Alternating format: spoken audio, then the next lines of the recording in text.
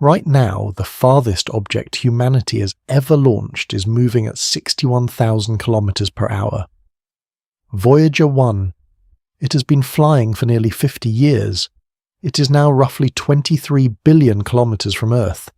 That sounds like a large number, and by any human standard it is. 23 billion kilometers. It is also 0.0025 light years. Not 2.5 light years, not 0.25 light years, 0.0025, half a century of flight. The fastest spacecraft we have ever sent into interstellar space, and it has covered 1/4% of a single light year. Alpha Centauri is 4.2 light years away, the closest star system to Earth. At Voyager speed, transit time is 74,000 years. The Roman Empire had not yet been founded 74,000 years ago. Neither had agriculture, neither had writing, neither had the wheel. Every solution you have heard proposed for that problem is wrong. Not underfunded, not delayed, wrong. The rotating habitat does not solve the radiation. The shielding does not solve the distance.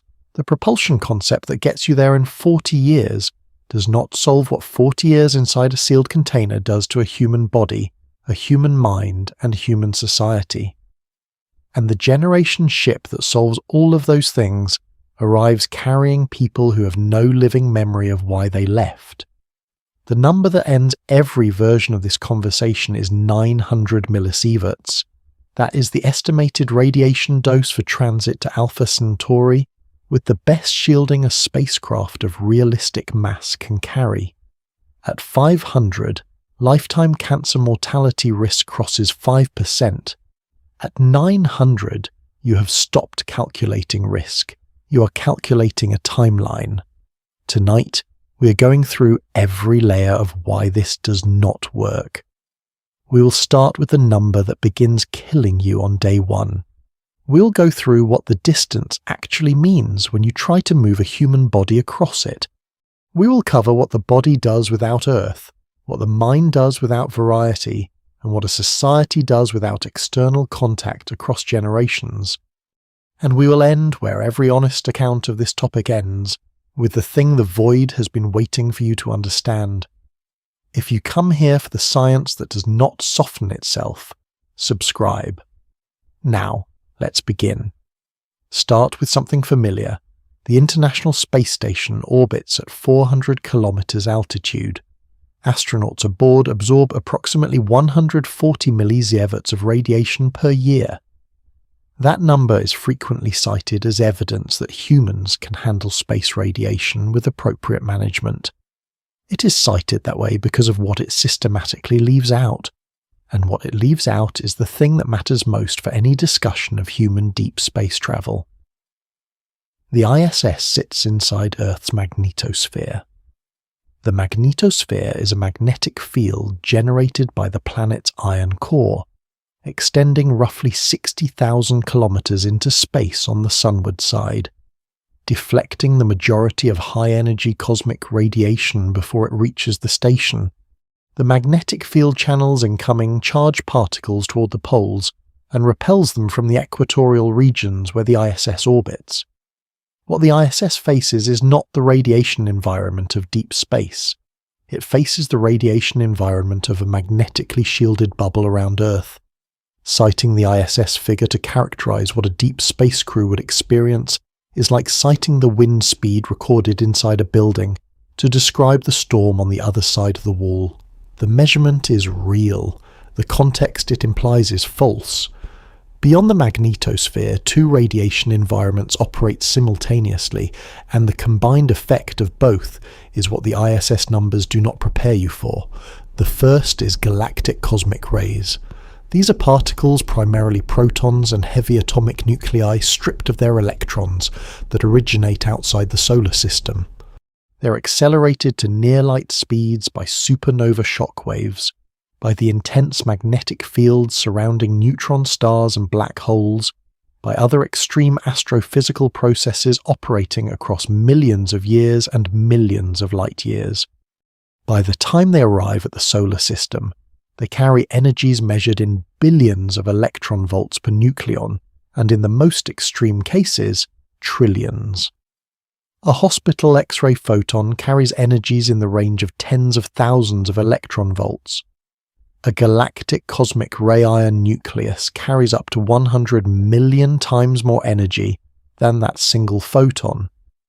At those energies, the physics of shielding does not behave the way most people assume. When a lower energy particle strikes a shielding layer, it is absorbed. The material stops it. Energy is deposited in the shielding, not the crew. This is how radiation shielding works for everything humans have historically needed to shield against. But when a high-energy galactic cosmic ray strikes a shielding layer, the interaction is different in kind, not just in degree. The primary particle does not stop. It undergoes nuclear spallation, a cascade of nuclear interactions with the atoms in the shielding material, fragmenting into secondary particles. Those secondaries continue through the material. Some carry enough energy to deliver more biological damage than the original primary particle would have delivered had it simply passed through unimpeded. The shielding has made the dose worse.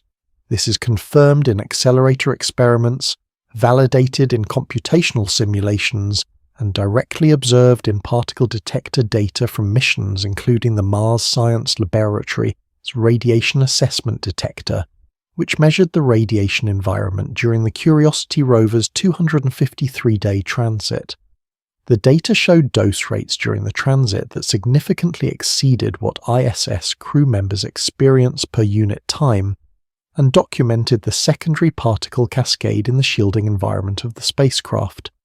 The implication is that the shielding approach to solving deep space radiation does not scale with added mass above a certain threshold. Beyond the optimal shielding thickness, additional mass actively harms the crew. And for the energies of galactic cosmic ray, that optimal thickness does not correspond to adequate protection. It corresponds to the least bad option within the physical constraints of the problem. The ISS radiation limit was built for a neighborhood. Space beyond the magnetosphere is not a neighborhood. A 2011 NASA study estimated that a magnetic shielding system capable of deflecting the majority of dangerous galactic cosmic ray energies would require a magnet mass of approximately 10 million kilograms. The entire International Space Station masses roughly 420,000 kilograms. To build the magnetic shield, you need a structure more than 20 times heavier than the largest object humans have ever assembled in orbit, powered continuously without failure for the full mission duration, integrated into a vehicle whose propulsion system does not exist. The second radiation environment beyond the magnetosphere is the solar energetic particle event. Solar flares and coronal mass ejections eject bursts of high-energy charged particles that can spike dose rates by orders of magnitude within hours. In low Earth orbit, the magnetosphere absorbs these. In deep space, nothing does. A major event could deliver a radiation dose sufficient to cause acute radiation syndrome within hours. The most severe events could deliver lethal doses within a day. Storm shelters, heavily shielded spaces inside the spacecraft are a partial countermeasure. The practical problem is warning time.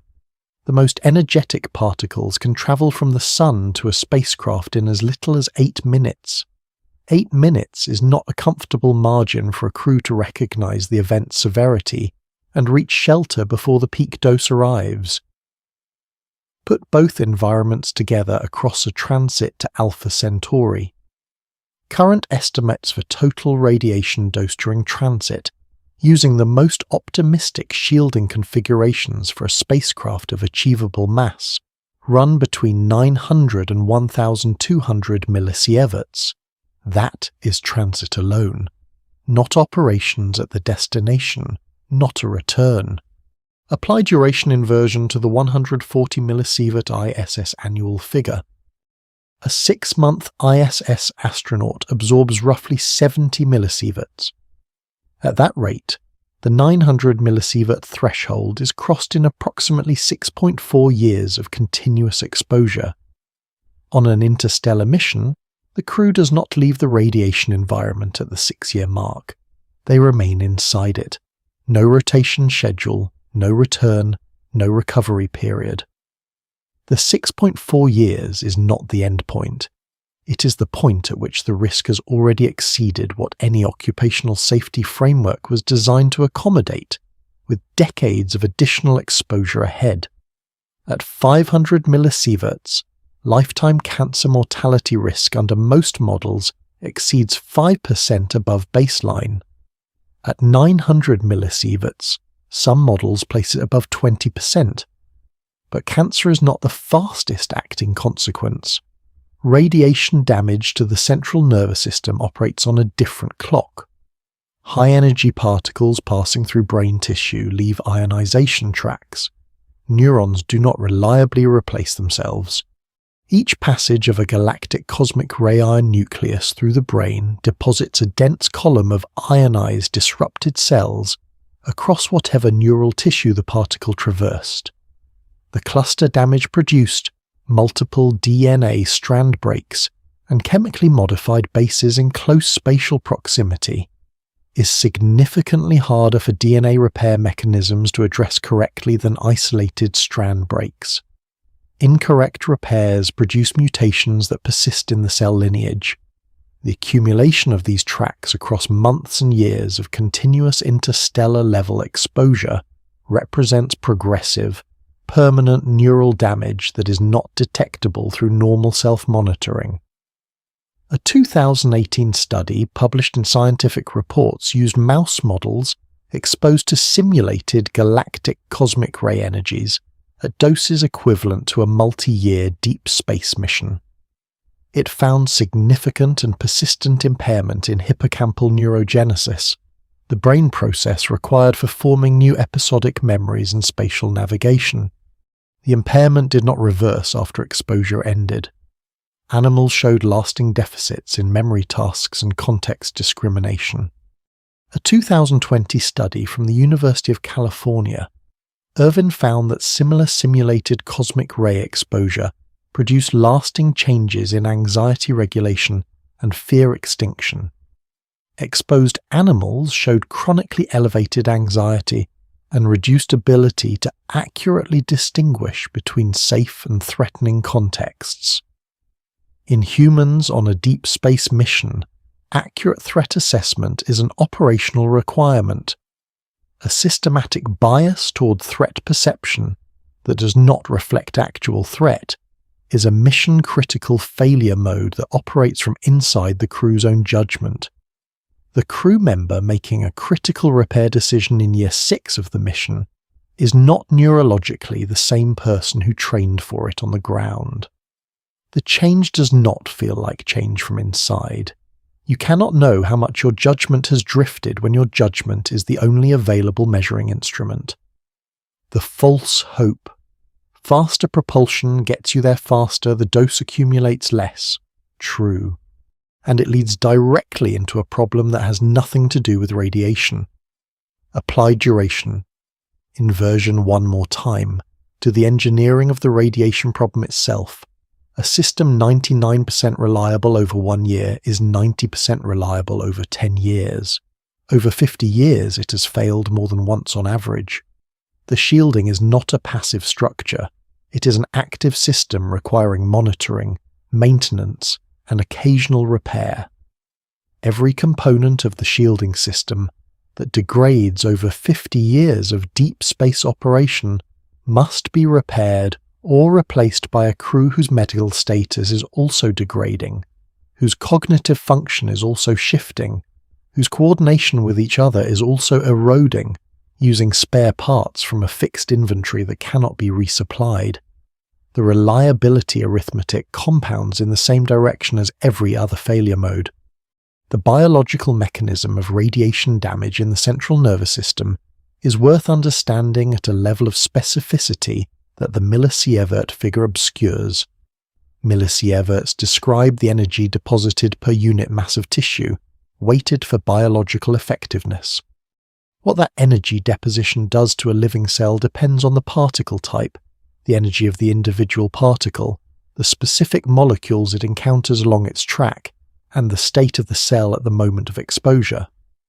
Heavy ions, iron nuclei and oxygen nuclei in particular, are among the most biologically damaging forms of radiation in the galactic cosmic ray spectrum, not primarily because of the total energy they deposit, but because of the density of ionization they produce along their track.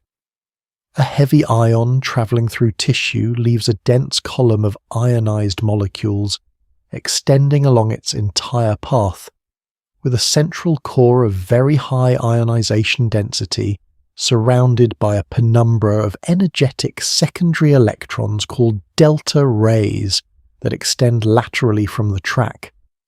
The DNA damage within this column includes not just strand breaks but a complex mixture of oxidized bases, abasic sites, cross-linked strands, and clustered lesions, all within a few nanometers of each other. Repair mechanisms that work efficiently on isolated strand breaks struggle with this kind of damage clustering. The probability of misrepair, producing mutations or chromosomal rearrangements, is significantly higher for clustered damage than for simple strand breaks. Every time a galactic cosmic ray ion nucleus passes through the nucleus of a brain cell, it leaves this kind of track. The cell's repair mechanisms activate. Some repairs are correct. Some produce errors. Some errors will be expressed in subsequent cell cycles. Others will persist silently. The brain contains approximately 86 billion neurons. Over months and years of continuous galactic cosmic ray exposure at interstellar flux levels, the fraction of neuronal nuclei traversed by high-energy heavy ions, and the fraction of those traversals that produce repair errors, is not zero. The aggregate effect on neural function cannot be predicted from individual damage events. It can only be estimated from studies at relevant radiation qualities and doses, of which there are few conducted over timescales relevant to an interstellar mission, of which there are none. The 2018 scientific report study is important not only for its specific finding about hippocampal neurogenesis, but for what it demonstrates about the predictability of chronic radiation damage at the relevant energies and doses. The study used a particle accelerator at the NASA Space Radiation Laboratory at Brookhaven National Laboratory to produce a simulated galactic cosmic ray environment, irradiating mouse subjects at doses and dose rates extrapolated from mission transit profiles. The hippocampal neurogenesis finding was the primary result. Secondary findings included changes in contextual fear conditioning, in novel object recognition, and in what the researchers described as head-shaking behavior, a stereotyped movement associated in rodents with hippocampal damage. The persistence of these behavioral and cognitive changes after the exposure period ended is the critical finding. The radiation produced damage that the brain's own maintenance mechanisms could not reverse. In a human crew, the equivalent would be a crew that becomes progressively less capable of forming new memories and less accurate in fear-based contextual assessment, without experiencing any acute event that would signal a problem to the crew or to ground control. The operational consequence of this is not only that the crew's decision-making quality degrades, it is that the crew cannot self-assess the degradation. The memory formation deficit means the crew is less able to update its internal models with new information. The fear extinction deficit means the crew is more likely to respond to non-threatening situations as threats. Both of these are changes in the quality of judgment rather than changes in the content of knowledge. The crew still knows the same facts they learned before departure. They are less able to apply those facts accurately to new situations, and less able to distinguish between situations that warrant intervention and situations that do not. In an environment where every technical decision carries consequence, and where overly cautious response to false threats is itself costly in terms of time, energy, and crew coordination, this is not a mild degradation. It is a systematic bias introduced into every decision made by every crew member. compounding across every month of additional exposure. The radiation problem also compounds with the psychological problems we will discuss later.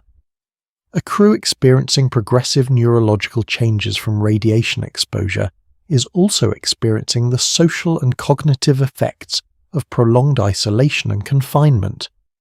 Both sets of changes affect judgment. Both affect social perception. Both accumulate asymptomatically. Both are invisible from inside. The crew is not aware of how much their judgment has changed because the instrument they would use to detect the change is the judgment itself. This is not a philosophical point. It is an operational description of a failure mode that operates silently from day one and accelerates as the mission continues. The occupational radiation limits that NASA uses for astronauts in low Earth orbit were not designed to be the answer to the question of how much radiation a deep space crew can safely absorb. They were designed to be a defensible regulatory threshold for a specific operational context.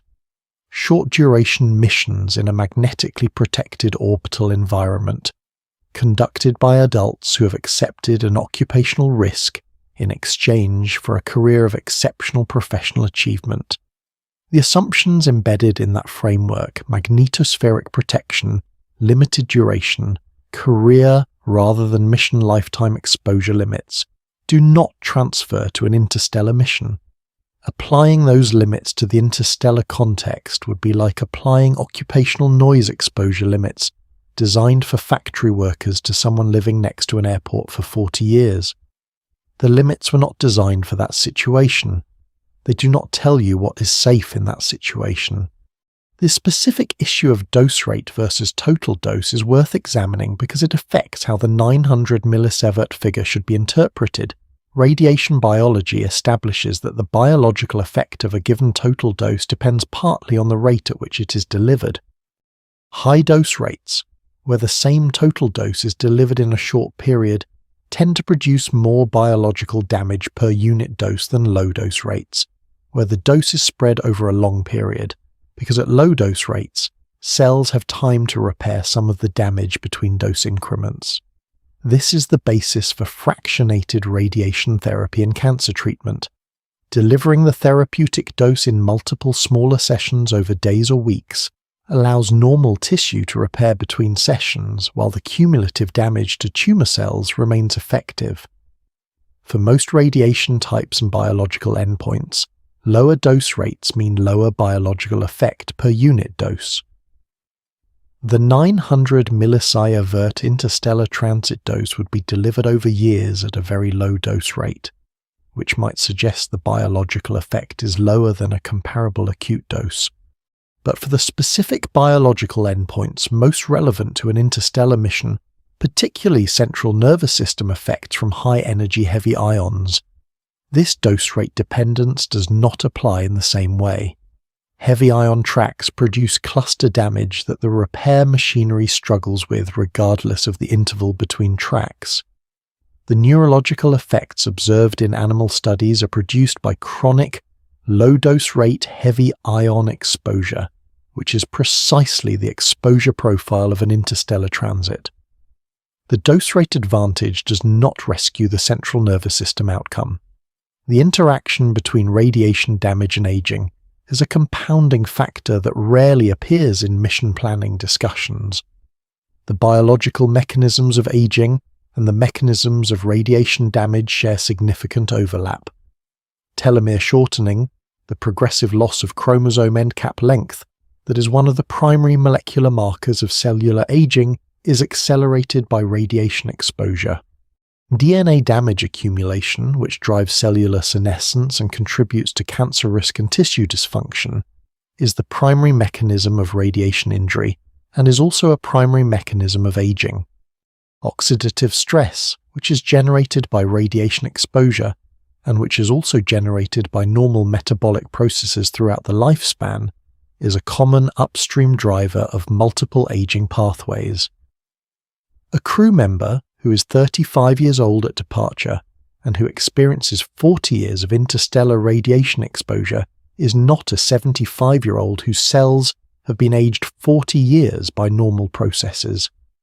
They are someone whose cells have been aged by 40 years of normal processes plus 40 years of accelerated aging from radiation exposure plus 40 years of radiation-specific damage that has no normal aging equivalent.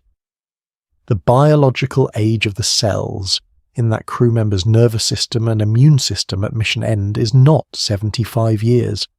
It is significantly more than 75 years in terms of accumulated damage, by an amount that current radiation gerontology cannot precisely estimate, because no one has attempted to measure it experimentally across the relevant timescale. The occupational radiation limits that NASA uses for astronauts in low Earth orbit were not designed to answer how much radiation a deep space crew can safely absorb. They were designed to be a defensible regulatory threshold for a specific operational context: short-duration missions in a magnetically protected orbital environment, conducted by adults who have accepted an occupational risk in exchange for an exceptional career. The assumptions embedded in that framework, magnetospheric protection, limited duration, career lifetime exposure limits, do not transfer to an interstellar mission.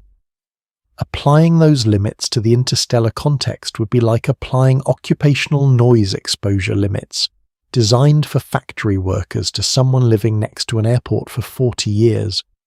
The limits were not designed for that situation. They do not tell you what is safe in that situation. The specific issue of dose rate versus total dose is worth examining. Radiation biology establishes that the biological effect of a given total dose depends partly on the rate at which it is delivered. High dose rates tend to produce more biological damage per unit dose than low dose rates, because at low dose rates, cells have time to repair some damage between dose increments. This is the basis for fractionated radiation therapy and cancer treatment. For most radiation types, lower dose rates mean lower biological effect per unit dose. The 900 millisievert interstellar transit dose would be delivered over years at a very low dose rate. But for the specific biological endpoints most relevant to an interstellar mission, particularly central nervous system effects from high-energy heavy ions, this dose rate dependence does not apply in the same way. Heavy ion tracks produce cluster damage that repair machinery struggles with regardless of the interval between tracks. The neurological effects observed in animal studies are produced by chronic, low-dose rate heavy ion exposure, which is precisely the exposure profile of an interstellar transit. The dose rate advantage does not rescue the central nervous system outcome. The interaction between radiation damage and aging is a compounding factor that rarely appears in mission planning. The biological mechanisms of aging and the mechanisms of radiation damage share significant overlap. Telomere shortening, the progressive loss of chromosome end cap length that is a primary molecular marker of cellular aging, is accelerated by radiation exposure. DNA damage accumulation, which drives cellular senescence and contributes to cancer risk and tissue dysfunction, is the primary mechanism of radiation injury, and also a primary mechanism of aging. A crew member who is 35 years old at departure and who experiences 40 years of interstellar radiation exposure is not simply a 75-year-old. They are someone whose cells have been aged by 40 years of normal processes plus 40 years of accelerated aging from radiation exposure, plus radiation-specific damage that has no normal aging equivalent. The biological age of their cells at mission end is not 75 years in terms of accumulated damage. It is significantly more by an amount that current radiation gerontology cannot precisely estimate because no one has attempted to measure it across the relevant timescale. The question of what 900 millisieverts actually feels like from inside the mission is worth addressing, because it bears directly on the crew's ability to recognize and respond to the problem. Radiation exposure at the levels projected for an interstellar transit is not acutely symptomatic at the dose rates involved. Acute radiation syndrome the severe and rapid physiological response to very high doses requires doses delivered in short periods that are far higher than what galactic cosmic ray exposure during transit produces per day or per week. The crew will not feel sick from the radiation. They will not experience nausea, hair loss, or fatigue in ways that are obviously attributable to radiation, rather than to other mission stressors. The neurological changes that accumulate over years of cosmic ray exposure are not accompanied by symptoms that announce their presence. A crew member whose hippocampal neurogenesis has been progressively suppressed does not experience a moment when they notice that their memory formation is impaired. They simply, over time, form memories less efficiently, with no reference event against which to compare the current state. The damage is real and accumulating. Its invisibility is part of what makes it dangerous. This connects to a broader problem in long-duration mission medicine: the difficulty of distinguishing normal aging, mission-related stress effects, and radiation-specific damage when all three are occurring simultaneously in the same individual. A crew member who is more irritable in year 5 than in year 1 is experiencing something, but whether that something is the expected psychological adjustment to prolonged confinement, early signs of radiation-induced neurological change, the effect of years of disrupted sleep on mood regulation, or simply the accumulated weight of unresolved interpersonal friction, cannot be definitively determined without the kind of baseline comparison, diagnostic infrastructure that a spacecraft cannot carry and that no mission has yet deployed. The inability to distinguish these causes matters operationally because the interventions for each are different. Adjusting the work schedule helps if the cause is stress. Pharmacological intervention might help if the cause is radiation-induced neurochemical change. Neither helps if the cause is a social dynamic that is not being addressed. A medical system that cannot distinguish the causes cannot effectively intervene. The Parker Solar Probe is the fastest object humans have ever built. At its maximum recorded velocity, achieved during a close gravitational pass of the Sun, it reaches 690,000 kilometers per hour. This is the current ceiling of human propulsion achievement. It is also 0.064% of the speed of light. Not 64%, not 6.4%, 0.064. At Parker Solar Probe maximum velocity, one-way transit time to Alpha Centauri is approximately 6,300 years. Writing was invented roughly 5,000 years ago. The construction of Stonehenge began around 5,000 years ago. The pyramids of Giza were built 4,500 years ago. A spacecraft launched today at our fastest ever speed would not arrive at the nearest star until a future point further from now than those events are in the past. Every war, every civilization, every scientific revolution from Galileo to the present fits inside the transit time with centuries remaining. Light takes 4.2 years to reach Alpha Centauri. We have never built anything that moves at the speed of light. Voyager 1, launched in 1977, has been flying for nearly 50 years. At its current speed of approximately 61,000 kilometers per hour, transit time to Alpha Centauri from current position is approximately 74,000 years. Anatomically modern Homo sapiens have existed for roughly 300,000 years. A Voyager speed mission to the nearest star would take 1/4 of the entire evolutionary history of our species. The gap between what we have built and what interstellar travel requires is not a gap of 5 generations of engineering improvement or 50. Nuclear fusion propulsion, the most energetically promising concept that does not violate known physics, has been under active research for more than 70 years without producing a working reactor at any scale.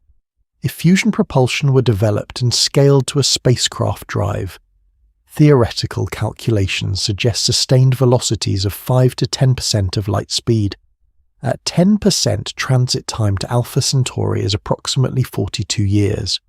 At 5%, 84 years. False hope. 42 years is within a human lifetime. Remove the false hope.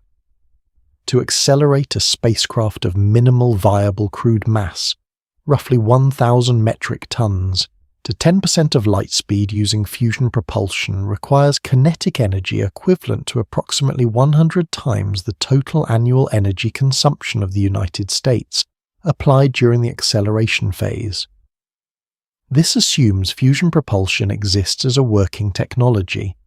It assumes that unsolved engineering problems of plasma confinement stability, heat management, structural integrity under sustained high acceleration, and fuel mass ratio have all been resolved simultaneously, and it assumes the deceleration problem is also solved. The deceleration problem, a spacecraft at 10% light speed passes through the Alpha Centauri system in approximately 18 hours without stopping.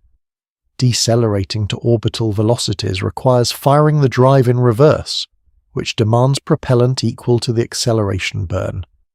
Under the Tsiolkovsky rocket equation, the propellant required to decelerate must itself have been accelerated during the outbound phase, requiring more propellant still. The fuel mass ratio required to reach 10% light speed with full deceleration at the destination, for a spacecraft of viable crude mass, produces a total vehicle mass at launch that no existing or funded launch system can deliver to orbit. Historical comparison for 42 years as a mission duration. In 42 years, the Berlin Wall rose and fell. The internet was invented and became global infrastructure. Personal computers went from laboratory prototypes to devices more powerful than the computers that guided Apollo. A crew departing in their early 30s arrives, if everything works perfectly across 4 decades of continuous operation, in their mid-70s, having spent their entire adult lives inside a sealed volume of a few thousand cubic meters, with the same social group in an environment they cannot exit, receiving communications across delays that grow from hours to years. At 1 light year from Earth, a message takes 1 year to arrive, a reply takes another year. 2-year round trips per exchange. A crew facing a life or death maintenance decision cannot wait 2 years for ground control's recommendation. They decide.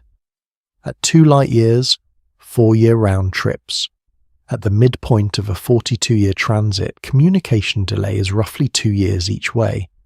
A question sent today receives an answer in 4 years, responding to a situation that may no longer exist. Consider the crew member's relationship with everyone they left behind. They send a message on departure. The recipient receives it a year later. The reply arrives a year after that. If the crew member's parent becomes ill in the interval, they learn of it a year after it began. If the parent dies, the death notification arrives separately, after the reply to a message sent before the death, creating a sequence of information arriving in an order that no emotional framework the human nervous system has been trained for can process correctly. Laser sail propulsion, the approach proposed by Breakthrough Starshot, could theoretically accelerate a sail to 20% of light speed, using a ground-based array delivering approximately 100 gigawatts of focused energy. The most powerful continuous wave laser currently in existence operates at approximately 100 kilowatts. The required array is 1 million times more powerful. The payload constraint for this method is grams to kilograms. A human body plus minimum life support for any transit duration does not fit in grams or kilograms. Laser sails can send instruments to another star.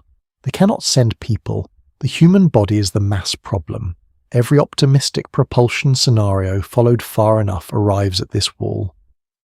Now pull the radiation problem back into this picture. At 10% of light speed, transit time is 42 years. 42 years at interstellar radiation flux levels, even with optimal shielding, produces a cumulative dose that the neurology and oncology findings we discussed cannot accommodate without catastrophic biological consequence. Faster transit reduces the dose relative to slower transit. It does not reduce it below the ceiling where the biology remains intact. The propulsion problem and the radiation problem are not two independent problems awaiting two independent solutions. They are interlocked through the energy budget. Every second in transit, the dose accumulates. Faster transit reduces that. Faster transit requires more energy. More energy requires more propellant. More propellant increases mass. More mass requires more propellant. The rocket equation applies. And across all versions of this calculation, the point at which the dose becomes biologically manageable and the point at which the propulsion is technically achievable have not appeared in the same row of the spreadsheet. System reliability at mission timescales applies duration inversion to the ship itself. A system 99.9% reliable over 1 year is 90.5% reliable over 100 years. A system 99.99% reliable over 1 year is 99% reliable over 100 years. A spacecraft with hundreds of independent systems, each with its own reliability profile, operating continuously for 40 to 80 years in a radiation environment that degrades electronics and materials under thermal cycling stress without access to external maintenance, spare parts resupply, or repair expertise beyond what the crew carries in their own heads, will experience failure modes that the design team did not anticipate. Some will be diagnosable and repairable with available resources. Some will not. A failure mode that the crew cannot repair in a life-critical system ends the mission. 40 to 80 years is a long time. No complex human-made system has ever operated at this duration without external maintenance. The energy equation for interstellar travel is worth examining directly, because it is where the optimism of "we just need better propulsion" collapses most completely into arithmetic. The kinetic energy of a spacecraft is 1/2 its mass times its velocity squared. At 10% of light speed, 0.1 c, a spacecraft of 1,000 metric tons carries kinetic energy of approximately 4.5 times 10 to the power of 20 joules. This is roughly equal to the total energy output of the Sun in about 30 milliseconds, or equivalently about 100 times the total annual energy consumption of the United States as of the early 21st century. This is only the kinetic energy of the ship at cruise velocity. It does not include the energy required to decelerate at the destination, which must equal the acceleration energy. It does not include propulsion system efficiency losses, which in any realistic fusion drive will be significant. It does not include the energy required to maintain life support, communications, lighting, and heating for the duration of the mission. The 100 times US annual energy figure is the floor of what accelerating a crewed spacecraft to 10% light speed would require. Nuclear fusion propulsion works by using the energy released in nuclear fusion reactions, the same process that powers stars, to heat and accelerate a propellant. The specific impulse of a fusion drive, the fuel efficiency measure that determines how much velocity change you can achieve per unit of propellant mass, is theoretically much higher than chemical or fission propulsion.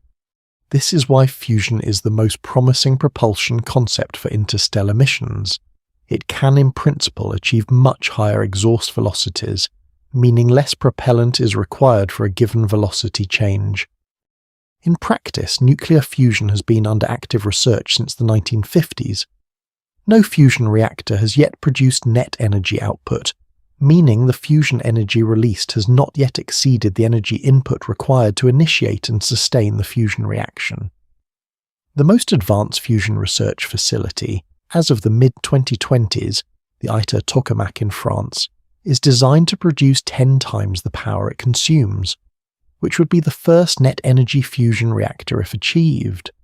Scaling from a net energy fusion reactor to a fusion propulsion system capable of accelerating a crewed spacecraft to interstellar velocities involves engineering challenges in plasma stability, heat management, and thrust generation that are themselves decades of research away from resolution.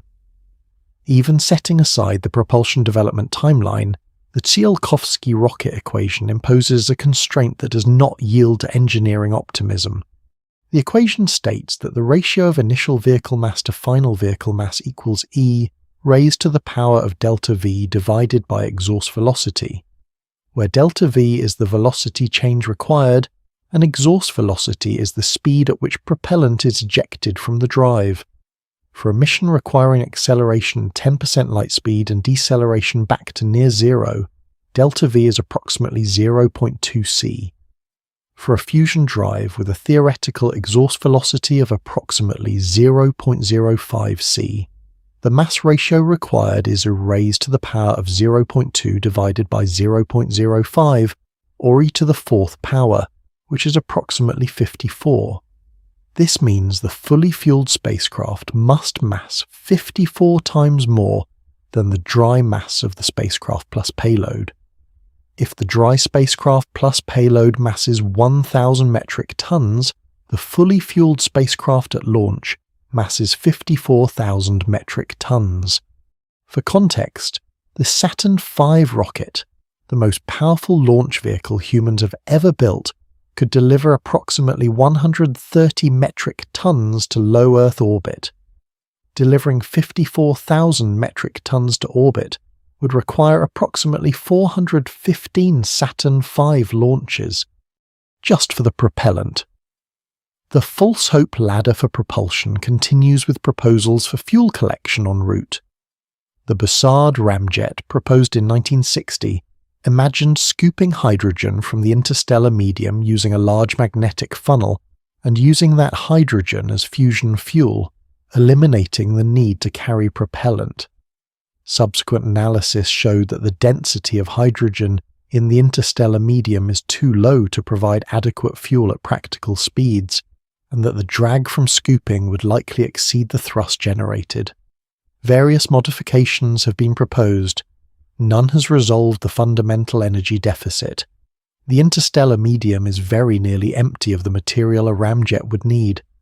The Alcubierre drive, proposed in 1994, is sometimes cited in popular discussions as a potential solution because it involves warping space-time rather than moving through it in the conventional sense, theoretically allowing faster-than-light apparent travel without violating special relativity. The physics of the Alcubierre metric require exotic matter with negative energy density, which has not been demonstrated to exist in nature. The amount of negative energy required has been estimated in various analyses at quantities equivalent to the mass energy of Jupiter or more. There is no known source or method of production. The Alcubierre drive is a mathematical construct that describes what the laws of physics would permit under conditions that the laws of physics do not appear to allow. The honest characterization of the propulsion situation: we have one candidate approach that does not violate known physics, nuclear fusion propulsion, that is decades from being demonstrated at any relevant scale, that when applied at the scale required for a crewed mission, produces mass ratios that strain available launch infrastructure even under optimistic assumptions, and that still produces transit times of 40 to 80 years, during which every other problem we have discussed and will discuss continues to accumulate. The psychological dimension of the distance problem is consistently underrepresented in technical analyses of interstellar mission feasibility, possibly because it does not lend itself to the kind of quantitative analysis that propulsion and radiation problems do.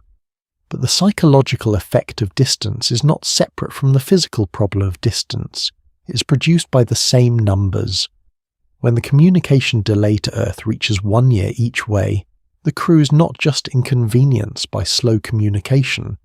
They are operating in a context where Earth has ceased to be a real-time presence in their lives in any psychologically meaningful sense. Earth is a place they receive news about, increasingly old news, from people who have aged significantly since the last message arrived. It is not a place they can turn to for support, for guidance, for the kind of real-time human connection that is one of the primary mechanisms by which individuals maintain psychological equilibrium under stress.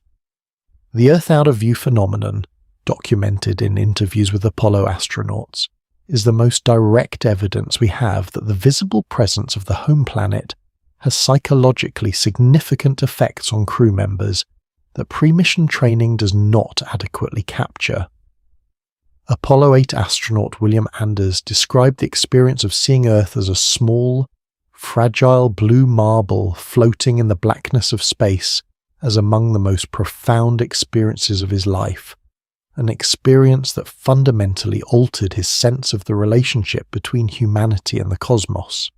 James Lovell described the psychological shift that occurred when Earth became small enough to be covered by his thumb as something he had not been adequately prepared for despite years of training. These effects were experienced during missions lasting days by crew members who knew they were returning to Earth within the week.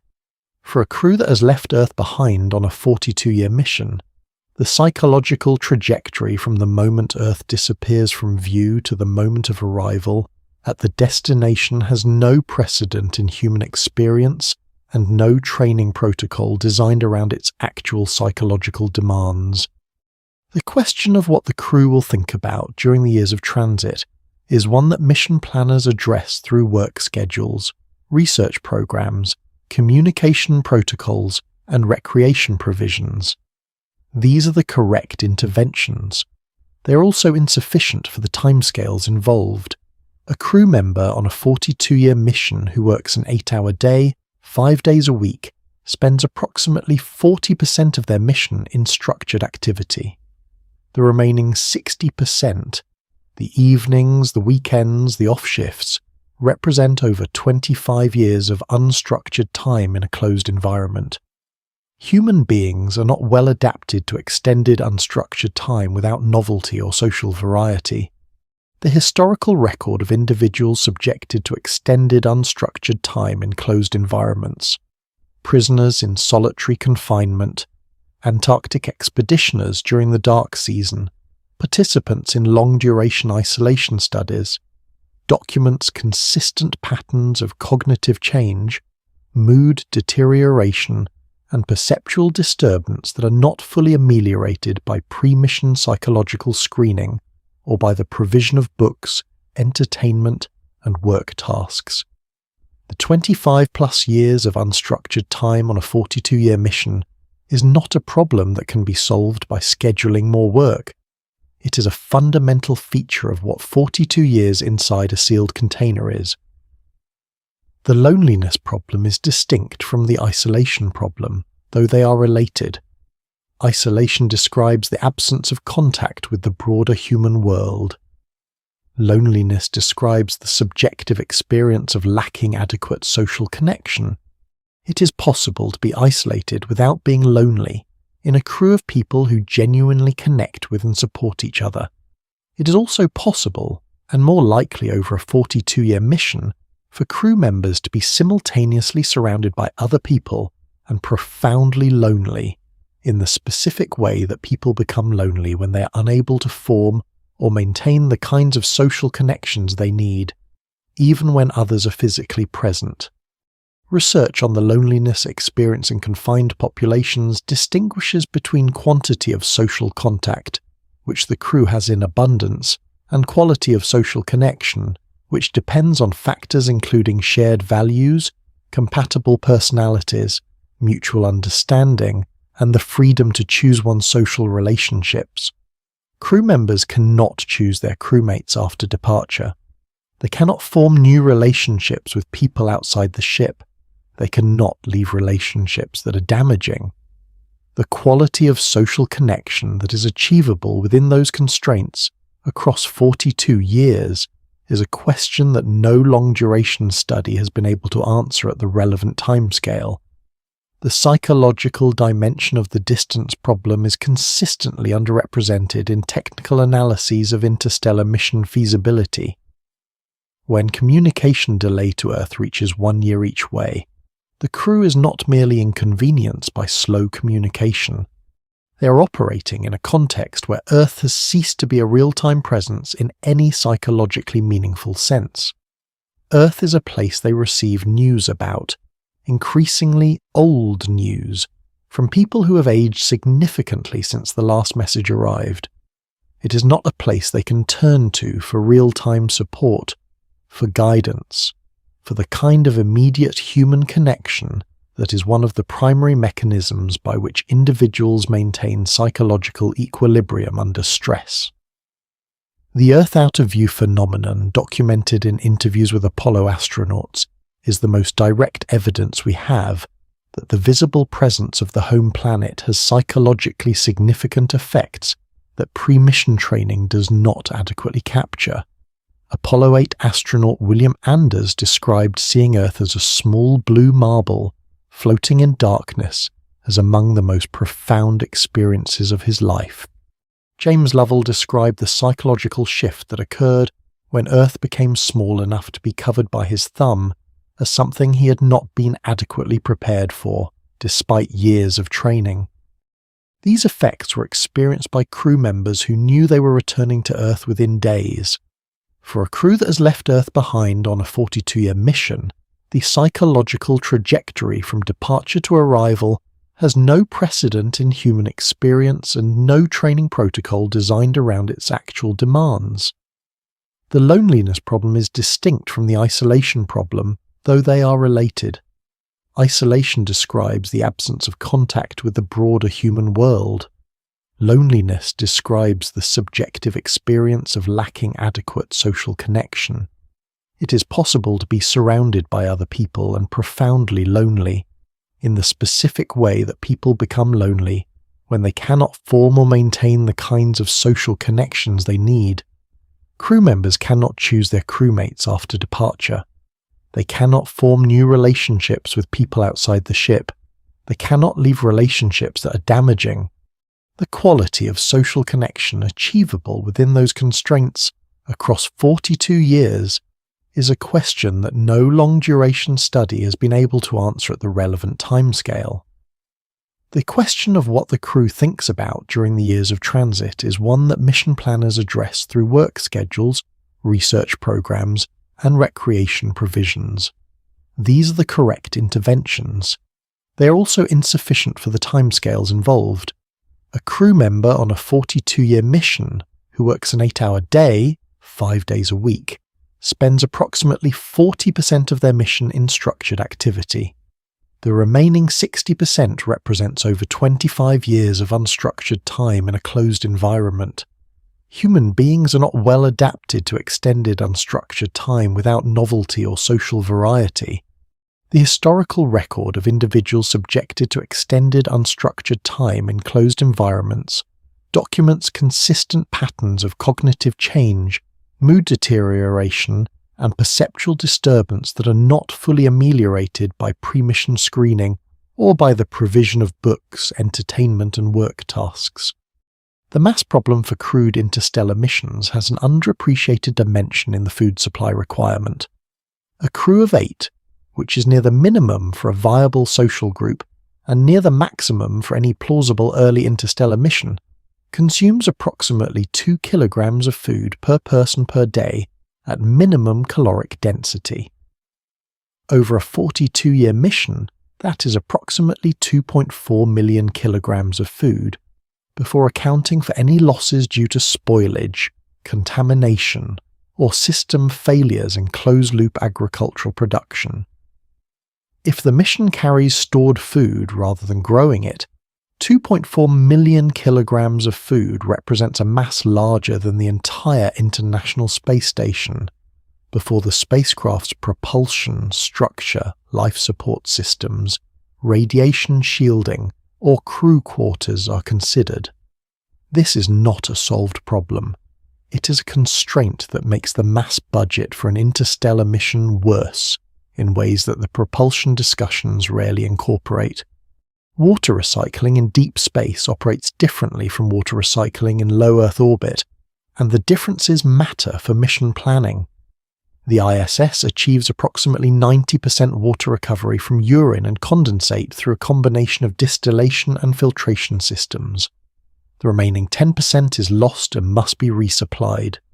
On a 42-year mission with no resupply, even 90% recovery means a growing deficit over time.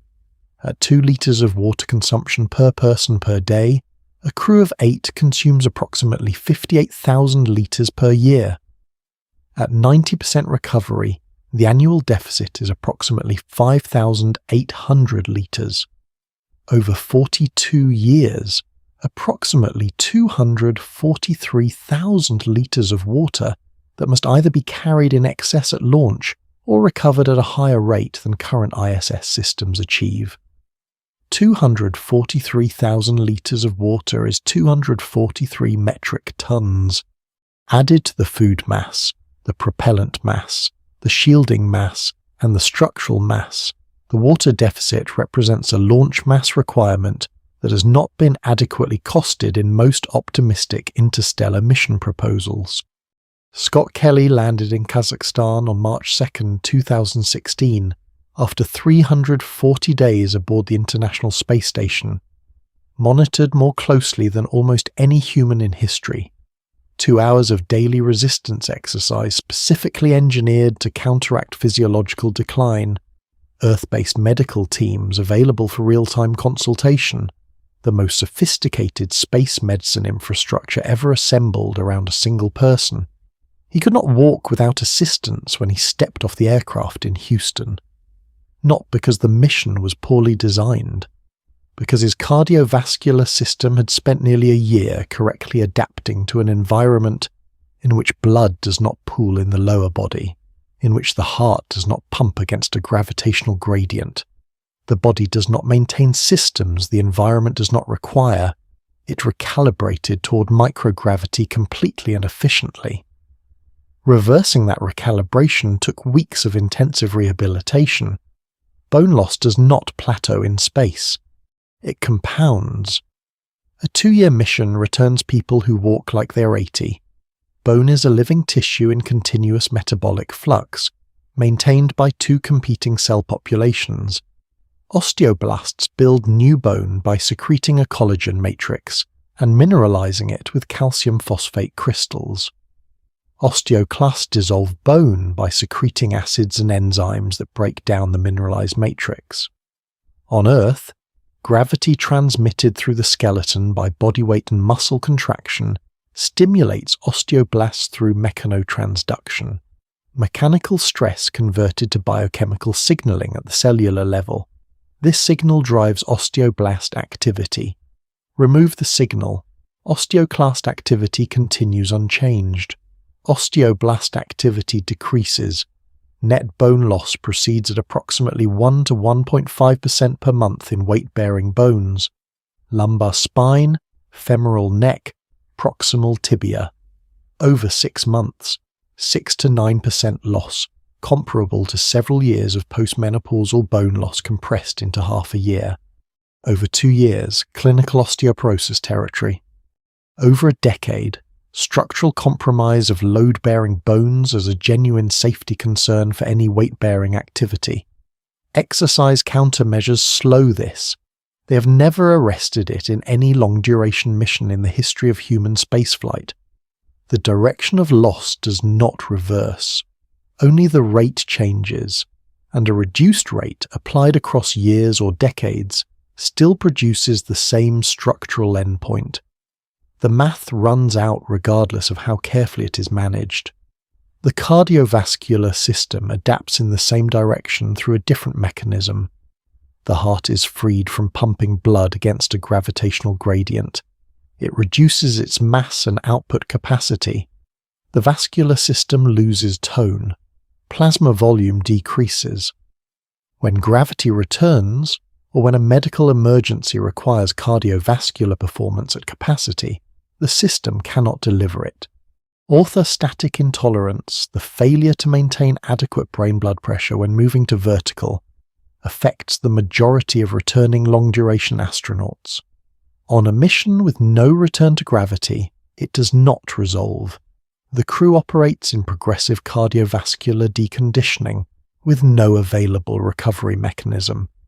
Spaceflight-associated neuroocular syndrome, SANS, affects approximately 40% of long-duration ISS crew members. Fluid redistributes toward the skull in microgravity. Intracranial pressure increases.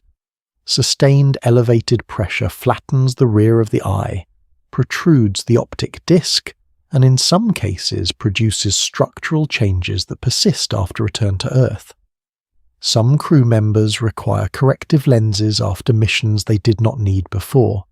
Several show brain MRI changes consistent with elevated intracranial pressure affecting areas beyond the eye. We have no effective countermeasure for SANS. We have documented it thoroughly. We have not solved it. The progression of SANS over years of continuous microgravity exposure in a crew without ophthalmological intervention is unknown. 6-month ISS data represents the minimum relevant timescale, and at that timescale 40% of crew already show measurable effects. The immune system degrades through a third distinct pathway. The human immune system was calibrated over millions of years in an environment of extraordinary microbial diversity.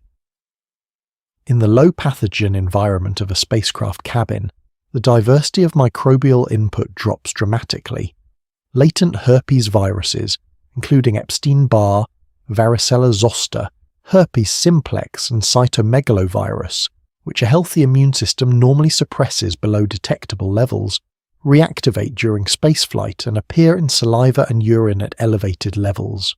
The reactivation rate increases with mission duration. Simultaneously, inflammatory markers associated with autoimmune processes rise. The immune system, denied its normal external targets, begins generating inflammatory responses against the host's own tissue. On an ISS mission, viral reactivation is monitored, managed pharmacologically, and if it progresses, addressed with Earth-based medical consultation and the option of emergency evacuation. On a deep space mission, the medical officer is simultaneously the pilot, the engineer, and the scientist. The medical inventory is fixed at launch and irreplaceable. Specialist consultation requires years of round-trip communication delay. Emergency evacuation does not exist as a concept. A viral reactivation progressing to a life-threatening illness in the crew member, who also operates the primary navigation system, is not a medical emergency. It is a mission-ending cascade. Apply cascading failure across all 4 systems simultaneously. Radiation damage to bone marrow suppresses blood cell production that the already stressed immune system depends on. Radiation damage to the gastrointestinal epithelium impairs absorption of nutrients that bone maintenance, muscle maintenance, and immune function all require. Radiation damage to vascular endothelium accelerates cardiovascular disease that overlaps directly with microgravity cardiovascular deconditioning. The bone loss, immune dysregulation, cardiovascular deconditioning, and neurological radiation damage are not 4 separate health problems. They are one compounding crisis in which each degrading system increases the burden on every other. A crew member managing all 4 simultaneously in year 8 of the mission, with no medical backup and no resupply, is not facing 4 manageable problems in parallel. They are facing one failure that multiplies through 4 reinforcing pathways.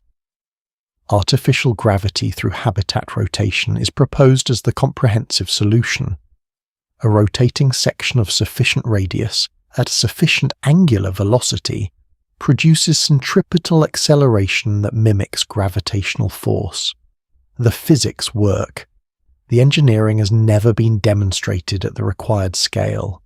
To produce 1 g of simulated gravity at rotation rates below the threshold for widespread Coriolis-induced disorientation, approximately 2 to 3 revolutions per minute, requires a rotation radius of approximately 224 meters.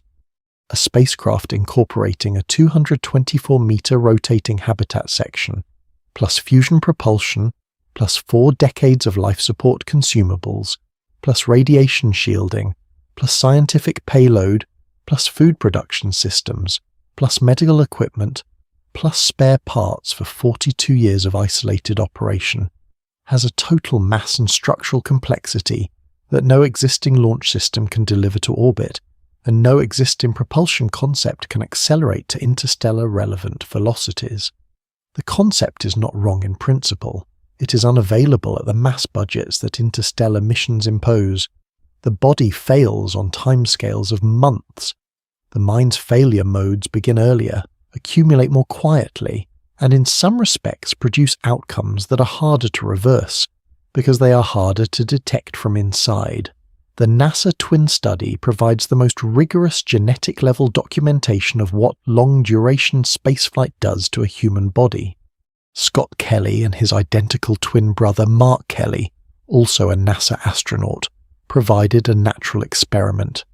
One twin in space for nearly a year, one twin on Earth, genetically identical, both former military aviators with similar physiological baselines. The study analysed samples collected before, during and after Scott's mission, comparing them to Mark's baseline across multiple molecular domains.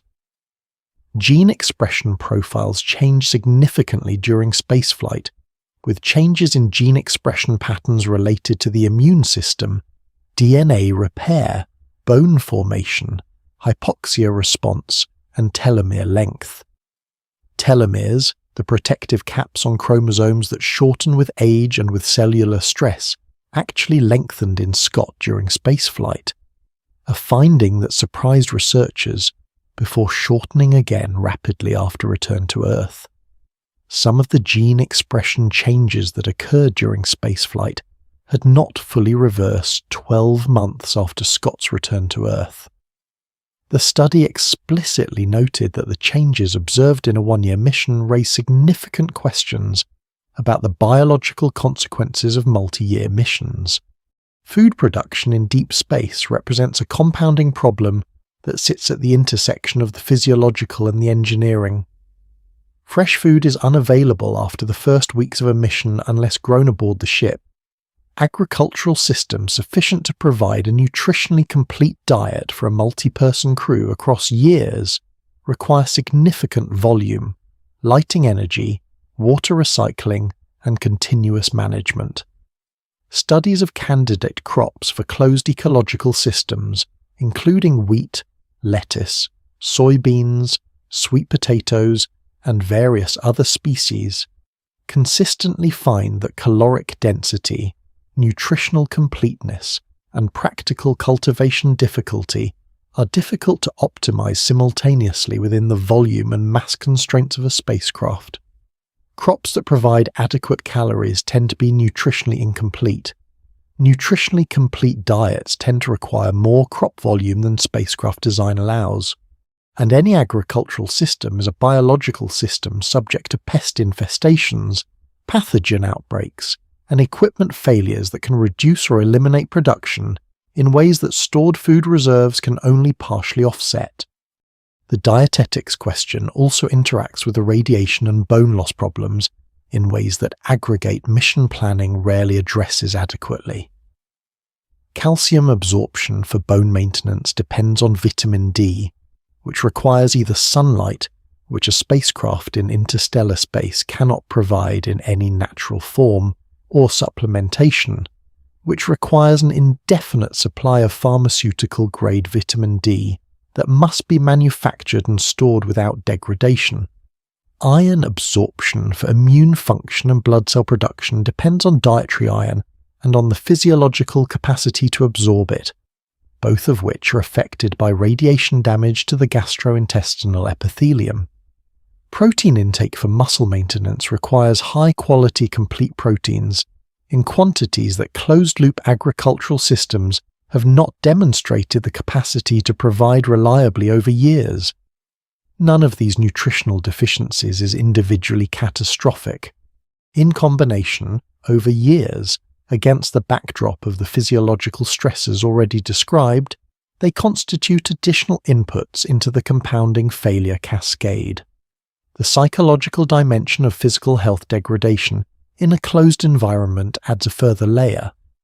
Crew members who observe visible changes in their own physical condition, reduced endurance, altered vision, weight loss or gain in patterns inconsistent with their normal body composition, face a psychological burden for which no pre-mission training can fully prepare them.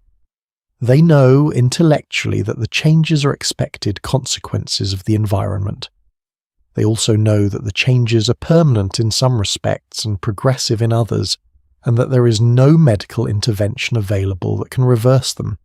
Managing a mission under conditions of progressive, irreversible, visible physical deterioration without the social supports that normally help humans cope with chronic illness and with no prospect of improved medical care is a psychological load that compounds with every other psychological load we have described. The crew is not only coping with isolation, monotony, and interpersonal friction, they are coping with the observable failure of their own bodies. The psychological dimension of physical health deterioration in a closed environment merits more attention than it typically receives in mission feasibility analyses. A crew member who observes, over years, the progressive deterioration of their own physical capacity, their reduced cardiovascular endurance, their altered vision, their changing bone structure perceptible in increased fracture risk and reduced load-bearing capacity, faces a psychological burden for which pre-mission training can provide only partial preparation. They understand intellectually that the changes are expected consequences of the mission environment. They may also know that some changes are permanent in the sense that returning to full pre-mission physiological function will not be possible even if the mission were to end tomorrow. Managing the cognitive and emotional weight of progressive, irreversible physical deterioration in an environment where no medical intervention can reverse the trajectory and no social support system exists outside the crew is a sustained psychological load that compounds with every other psychological stressor the mission imposes. Crew members who are simultaneously managing interpersonal friction, communicational isolation, sensory monotony, and governance uncertainty are also managing the experience of watching their bodies change in ways they cannot control and cannot stop. The interaction between physical health deterioration and mission performance creates a specific type of cascading failure not often modelled in mission planning. A crew member whose vision has been affected by SANS may have reduced visual acuity in precisely the ways most relevant to performing detailed technical work. A crew member whose bone density has declined significantly may be physically unable to perform the full range of maintenance tasks that the mission requires, particularly those involving physical exertion, lifting, or maneuvering in confined spaces. A crew member whose immune system has been compromised may be unable to work at normal capacity for extended periods due to recurring infections or inflammatory conditions. Each of these physical limitations transfers an additional burden to the remaining crew members who are also experiencing their own physical limitations. The crew's collective capability to execute the mission decreases not proportionally with individual deterioration, but faster than proportionally, because the tasks that cannot be performed by deteriorating crew members must be performed by other crew members who are also deteriorating. The margin of capability relative to mission demand narrows over time in a direction that has no natural reversal point. There is also the question of medical decision-making in a crew whose members are all simultaneously experiencing health changes that might normally require medical attention. On Earth, a person experiencing the symptoms of SANS would be seen by an ophthalmologist, monitored regularly and potentially treated. Aboard a spacecraft, they are monitored by the ship's medical officer, who is also experiencing physiological changes using diagnostic equipment that has been in service for years without calibration against external standards, with pharmacological interventions that may have degraded in efficacy over time. The medical officer making treatment decisions for crew members is themselves a patient. Their clinical judgment is being exercised by a nervous system that has been experiencing radiation damage, sleep disruption, and sensory monotony for years. The quality of medical decision-making in this context is not the same as the quality of medical decision-making in a well-resourced hospital environment, and the gap is not a gap that mission training can close. The psychological dimension of physical health deterioration in a closed environment merits attention. A crew member who observes over years the progressive deterioration of their own physical capacity, their reduced cardiovascular endurance, their altered vision, their changing bone structure, faces a psychological burden for which pre-mission training provides only partial preparation. They understand intellectually that the changes are expected consequences of the environment. They may also know that some changes are permanent, that returning to full pre-mission physiological function is not possible even if the mission ended tomorrow. Managing the cognitive and emotional weight of progressive, irreversible physical deterioration in an environment where no medical intervention can reverse the trajectory and no social support system exists outside the crew is a sustained psychological load that compounds with every other stressor the mission imposes. The interaction between physical health deterioration and mission performance creates a specific cascading failure not often modelled in planning. A crew member whose vision has been affected by SANS may have reduced visual acuity in precisely the ways most relevant to detailed technical work. A crew member whose bone density has declined significantly may be unable to perform the full range of maintenance tasks the mission requires. A crew member whose immune system is compromised may be unable to work at normal capacity for extended periods. Each physical limitation transfers additional burden to other crew members who are also experiencing their own deterioration. The crew's collective capability decreases faster than proportionally with individual deterioration, because tasks that cannot be performed by deteriorating members must be performed by others who are also deteriorating. The margin of capability relative to mission demand narrows over time with no natural reversal. There is also the medical decision-making problem.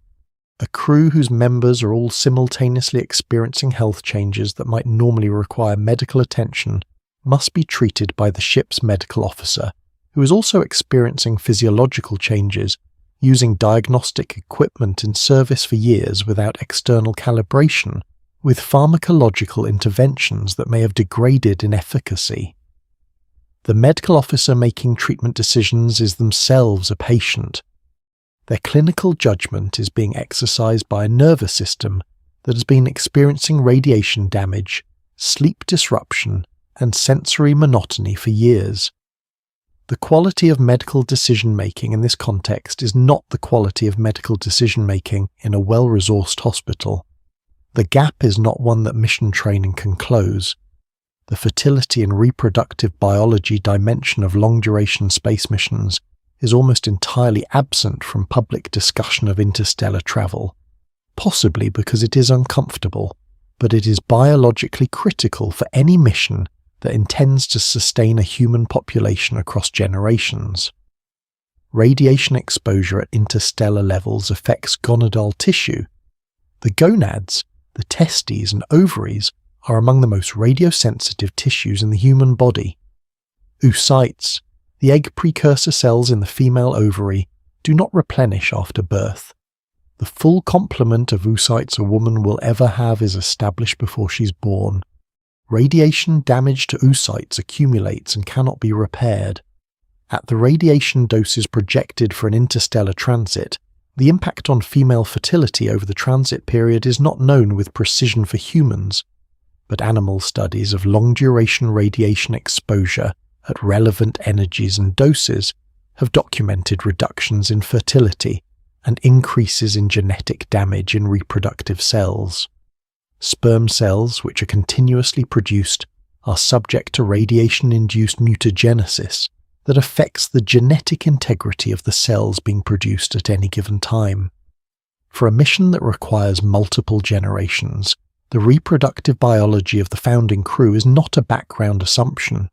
It is a critical mission variable, and it is one that current human spaceflight medicine has not studied at the timescales and radiation environments relevant to interstellar transit.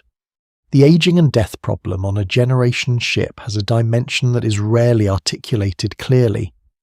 The ship must manage not only the life support requirements of its crew, but the disposal of human remains across generations. A founding crew of 200 people, a common number cited for minimum viable genetic diversity, will produce deaths at roughly the background mortality rate for the age distribution of the crew. Over 300 years of transit, thousands of deaths occur aboard the ship. Burial at sea is not available. Burial in soil is not available. The options are constrained to what the ship's closed system can accommodate. Cremation with ash storage or recycling of organic material into the biological life support loop. The cultural and psychological implications of recycling human remains into the food and atmosphere cycle are not trivial. The management of grief in a closed community across generations, in a context where every person who has died was known personally by some currently living crew member and was a genetic ancestor to others, creates a psychological and cultural environment that no analogue community has had to navigate. In 1999, a research program called SFI-NC-SS99 confined participants in sealed habitat modules for 110 to 240 days. Extensively screened volunteers, controlled environment, full equipment, ground support teams available. Purpose: to understand what extended confinement does to human social and psychological function under mission-approximating conditions. Within the first few weeks, a physical altercation occurred severe enough to require researcher intervention. A third participant requested early termination. The researchers documented not primarily the incident, but the speed at which the social environment had deteriorated to produce it, and the degree to which pre-mission psychological screening had completely failed to predict it. Isolation does not make people quiet. It makes them certain of things that are not true. The human brain is a predictive system. It continuously constructs internal models of the environment, of other people's intentions, of probable outcomes. Those models are updated and corrected by incoming information. In a normal environment, small misreadings of tone or intent are revised within hours or days, because competing information arrives and forces correction. In a closed environment with a fixed social group across months and years, the corrective feedback loop narrows dramatically. When an internal model of another crew member's intentions drifts from accurate, there is less competing information to detect the drift. The misreading persists. It compounds in subsequent interactions. It calcifies into a perceived certainty. And in a sealed container with no exit and no external arbiter, two people holding incompatible certainties have no resolution mechanism that does not require one of them to concede error in front of the other, which the architecture of entrenched certainty strongly resists. Evolution trap. Explanation. The brain treats interpersonal conflict as a survival-level threat because across most of human evolutionary history it was. Social exclusion from a small foraging group meant reduced access to food, protection, and reproductive partners. In many historical contexts it meant death. The threat response system activates for interpersonal friction using the same neural architecture it uses for physical danger. On a spacecraft, the responses this activation evolved to enable, fight, flee, or find a different group are all unavailable. The activation persists. It conditions subsequent perception. Each new interaction with a person now modelled as adversarial is filtered through a nervous system already in a defensive state, generating interpretations that confirm the threat model rather than challenging it. Antarctic winter-over crews are the most extensively studied high-confinement analogue population. Studies spanning decades and multiple national programs document a consistent pattern regardless of crew nationality, mission type, or pre-mission screening rigor. Early phase, cohesion, high motivation. Middle phase, irritability, interpersonal friction. Late phase, the third quarter phenomenon, a measurable trough in mood, cognitive performance, and social coordination at approximately 75% of mission duration, replicated consistently across decades of Antarctic expedition data. The third quarter phenomenon appears in crews who report high cohesion in the early phase. Selection does not prevent it. Preparation does not prevent it. It is a structural feature of extended confinement, produced by the accumulated weight of monotony, unresolved friction, and the absence of novelty. The Mars 500 simulation, 520 days in Moscow from 2010 to 2011, documented progressive sleep disruption across multiple participants. One crew member developed a sleep-wake cycle disorder that persisted for the full 520 days without resolution. The study found crew sedentary behavior increasing monotonically through the mission despite available exercise equipment and despite self-reported exercise motivation remaining approximately constant. The researchers characterized this as behavioral inactivity, the widening gap between intention and action that accompanies prolonged monotony. This was with daily outside contact, with ground psychological support, with a known end date visible on the calendar. Now add the communication delay as it functions at interstellar distances, not as a communication inconvenience, as a governance structure. Early in the mission, Earth authority is real and responsive. The crew operates under protocols with external oversight. As delay grows, Earth's ability to provide timely guidance disappears by operational necessity. You cannot wait 2 years for approval of a maintenance decision. Decision-making migrates to the crew. The crew develops its own precedents and norms, which may or may not track the protocols established at launch. The authority that functions in daily life diverges from the authority defined in the mission documents. There is no mechanism to align them. The documents say one thing, the crew's lived norms say another. And the documents are, in any practical sense, decades old. What happens when a crew member refuses an order? What happens when the medical officer and the commander disagree on a life-threatening treatment decision? What happens when the crew discovers, years in, that a mission assumption was wrong and the current plan will result in failure?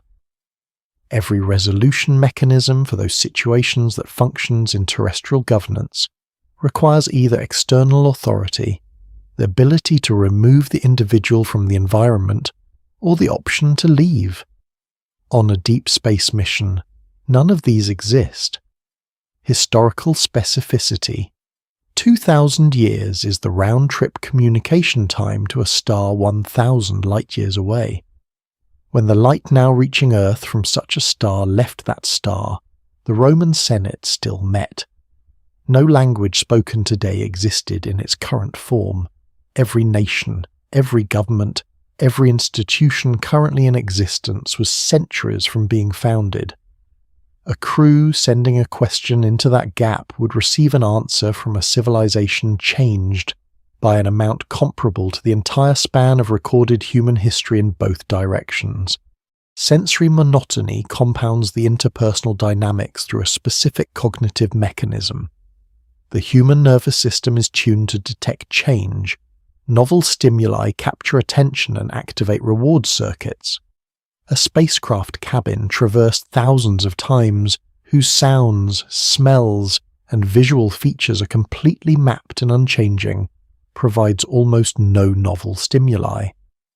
The brain's novelty detection systems, deprived of function, begin generating content to fill the absence. Patterns are perceived in noise, social interactions are overinterpreted, internal mental states become increasingly prominent relative to external information. The crew is neurologically turning inward, operating from internal models that receive decreasing external correction. The governance crisis that emerges from this is not dramatic. It is a slow erosion. The commander makes a decision the crew disagrees with. The disagreement is not resolved because every available resolution mechanism requires something the ship does not have. the disagreement persists as embedded grievance. The next decision is made in the context of the previous unresolved one. The command structure dissolves through accumulated friction until what remains is a group of people sharing a space and no longer sharing a mission. No selection process reliably predicts which individuals will maintain function across this sequence. The sequence is produced by the environment. The people who perform best in short, high-intensity situations are not reliably the same people who perform best in long, low-stimulus ones. Selection criteria optimized for one do not optimize for the other. We do not know how to select for decade-long psychological resilience under interstellar isolation because no one has ever attempted it at relevant scale, and no analog environment approaches the required duration or remoteness. Apply duration inversion to the social problem. A crew that functions at 95% social cohesion for the first 6 months will not function at 95% cohesion for year 4. The third quarter phenomenon does not disappear with longer missions. It appears at the 75% mark regardless of total duration. For a 42-year mission, that is year 31. The crew that was highly cohesive in the early phase will hit a documented psychological trough in year 31, with 11 years of mission remaining, in an environment from which departure is not possible. The three-quarter phenomenon in Antarctic winter over crews has been studied with sufficient depth that some of its neural correlates are now understood. A 2010 study published in the journal Biological Psychiatry found that late winter Antarctic crews show measurable changes in slow-wave sleep and REM sleep architecture relative to early winter baselines, consistent with disruption of circadian rhythm regulation under conditions of light deprivation and behavioral monotony. Slow-wave sleep is critical for memory consolidation and synaptic maintenance. Disruption of its architecture produces deficits in declarative memory, emotional regulation, and executive function that are detectable on standardized cognitive tests and that are distinct from the effects of simple sleep deprivation. The cognitive deficits produced by disrupted sleep architecture do not require reduced total sleep time. They can occur even when the total hours of sleep are adequate, because the restorative function of sleep depends on its structure, not only its duration. Applying duration inversion to the psychological findings, a crew member who experiences the third quarter phenomenon at 75% of a 520-day mission experiences it around day 390. A crew member who experiences the third quarter phenomenon at 75% of a 42-year mission experiences it around year 31. The phenomenon does not skip long missions because they are long. It appears at the 75% mark. For a 42-year mission, that is year 31, with 11 years of mission remaining. The crew that was highly motivated and cohesive in the early phase, that managed interpersonal friction reasonably well through the middle phase, hits a documented psychological trough in year 31, with 11 years remaining. In an environment from which departure is not possible, the third quarter phenomenon is the floor of what can be expected. What accumulates above that floor, from all the other compounding factors, has no empirical precedent in any analog environment studied. The role of dreams and unconscious processing in isolated environments is less studied but documented in the Antarctic literature. Winter over crew members report changes in dreaming patterns, with dreams increasingly dominated by home environments, familiar people, and situations associated with the life they left behind. Some crew members describe dreaming of Earth as vividly detailed and emotionally intense in ways that waking life aboard the station is not. The psychological function of this compensatory dreaming is understood as a form of mental maintenance, the nervous system processing the deficit of familiar stimuli through memory consolidation during sleep. In a deep space mission, the period during which these compensatory dreams remain active, drawing on vivid memories of Earth, would correspond roughly to the first generation. By the second generation, the memories of Earth are second-hand, learned rather than experienced. By the third generation, Earth is a historical concept. The compensatory function of dreaming about home cannot operate without the neural substrate of home-related memories. The second and third generations carry a psychological deficit that the first generation carried in a different form. There is a specific kind of governance failure documented in isolated communities that has no generally recognized name but appears repeatedly in the historical record. It occurs when the gap between the authority structure, defined by the founding documents or founding norms of a community, and the authority structure that operates in practice becomes large enough that any attempt to realign them would itself trigger a crisis.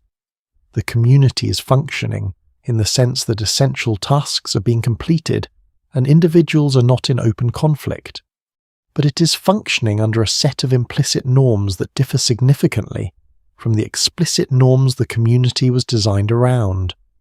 Acknowledging the gap requires one group to concede that it has been operating outside its authorized scope, which the members of that group are unlikely to do voluntarily. Enforcing the explicit norms against the implicit ones requires external authority that does not exist. The community continues in a state of managed illegitimacy, official structures that are officially followed and practically ignored simultaneously. In a generation ship, this state, if it develops, could persist for decades, or until a crisis requires a resolution that the officially illegitimate practical authority structure cannot deliver. The specific question of how boredom interacts with creativity and problem-solving capacity is relevant to deep space mission performance and is less well studied than acute stress responses. Human creativity and problem-solving performance show a non-linear relationship with stimulation levels. At very low stimulation levels, performance drops. At moderate stimulation levels, performance improves. At high stimulation levels, performance drops again. An interstellar transit, particularly in its middle years after the novelty of departure has faded, and before the anticipation of arrival is psychologically salient, represents an environment of very low stimulation. The cognitive tasks available to the crew, mission routine maintenance, research programs, personal projects, entertainment, repeat at intervals that become familiar and predictable. The brain's problem-solving systems, adapted for a variable environment, are operating in a context with insufficient variation to sustain optimal performance. The result is not simply boredom in the colloquial sense. It is a reduction in the cognitive readiness to detect and respond to novel problems, which is precisely the readiness most needed when a mission anomaly occurs. The governance cascade in a closed system without external enforcement was modelled conceptually by the sociologist Irving Goffman in his analysis of total institutions, environments like prisons, psychiatric hospitals and military boot camps that control all aspects of residents' lives. Goffman identified that total institutions produce a specific social dynamic he called the underlife, the informal practices and social structures that develop in parallel with the official institutional norms, often in opposition to them, through which inmates or residents recover a sense of individual autonomy and identity. The underlife is not primarily subversive in intent. It emerges from the basic human need to maintain a sense of individual agency and identity within a structure that systematically reduces both. On a spacecraft, the equivalent of the underlife would be the informal norms, the unspoken agreements, the social practices and hierarchies that develop independent of the mission protocol, driven by the crew's need to function as individuals rather than purely as mission assets. The underlife and the official mission norms can coexist for extended periods. They come into open conflict when the underlife norms and the official mission norms prescribe different responses to the same situation. In a total institution with external authority, such conflicts are managed through discipline and external enforcement. In a spacecraft with no external authority, they are managed through internal negotiation, the outcome of which depends on the informal social hierarchy rather than the official command structure. The concept of what psychologists call learned helplessness is relevant to the late stages of a long-duration deep space mission in a way that mission planning does not typically address. Learned helplessness was first documented by Martin Seligman in 1967 in animal studies demonstrating that subjects who repeatedly experience aversive conditions they cannot control eventually stop trying to escape those conditions even when escape becomes possible. The learned helplessness response, characterized by reduced motivation, impaired problem-solving and emotional withdrawal, has been documented in humans across a range of contexts involving chronic uncontrollable stresses. In a deep space crew, the chronic uncontrollable stresses include the mission environment itself, the radiation exposure they cannot reduce, the physical deterioration they cannot reverse, the communication delay they cannot shorten, the interpersonal friction they cannot fully resolve, and the monotony they cannot relieve. None of these stresses is controllable in any meaningful sense. The crew can manage them, adapt to them, develop coping strategies for them. They cannot make them go away. Across years, the cumulative experience of having to cope with uncontrollable stresses creates psychological conditions that, in other contexts, produce learned helplessness. The psychological literature does not predict that all crew members will develop full learned helplessness across a 42-year mission. It does predict that the motivational and problem-solving capacity required to maintain a complex technical system and a coherent social structure across 42 years of chronic uncontrollable stresses will not remain at the level observed at mission departure. The specific question of how boredom interacts with problem-solving capacity is relevant to deep space mission performance. Human creativity and problem-solving show a non-linear relationship with stimulation. At very low stimulation levels, performance drops. An interstellar transit, particularly in its middle years after the novelty of departure has faded, and before the anticipation of arrival is psychologically salient, represents an environment of very low stimulation. The cognitive tasks available repeat at intervals that become familiar and predictable.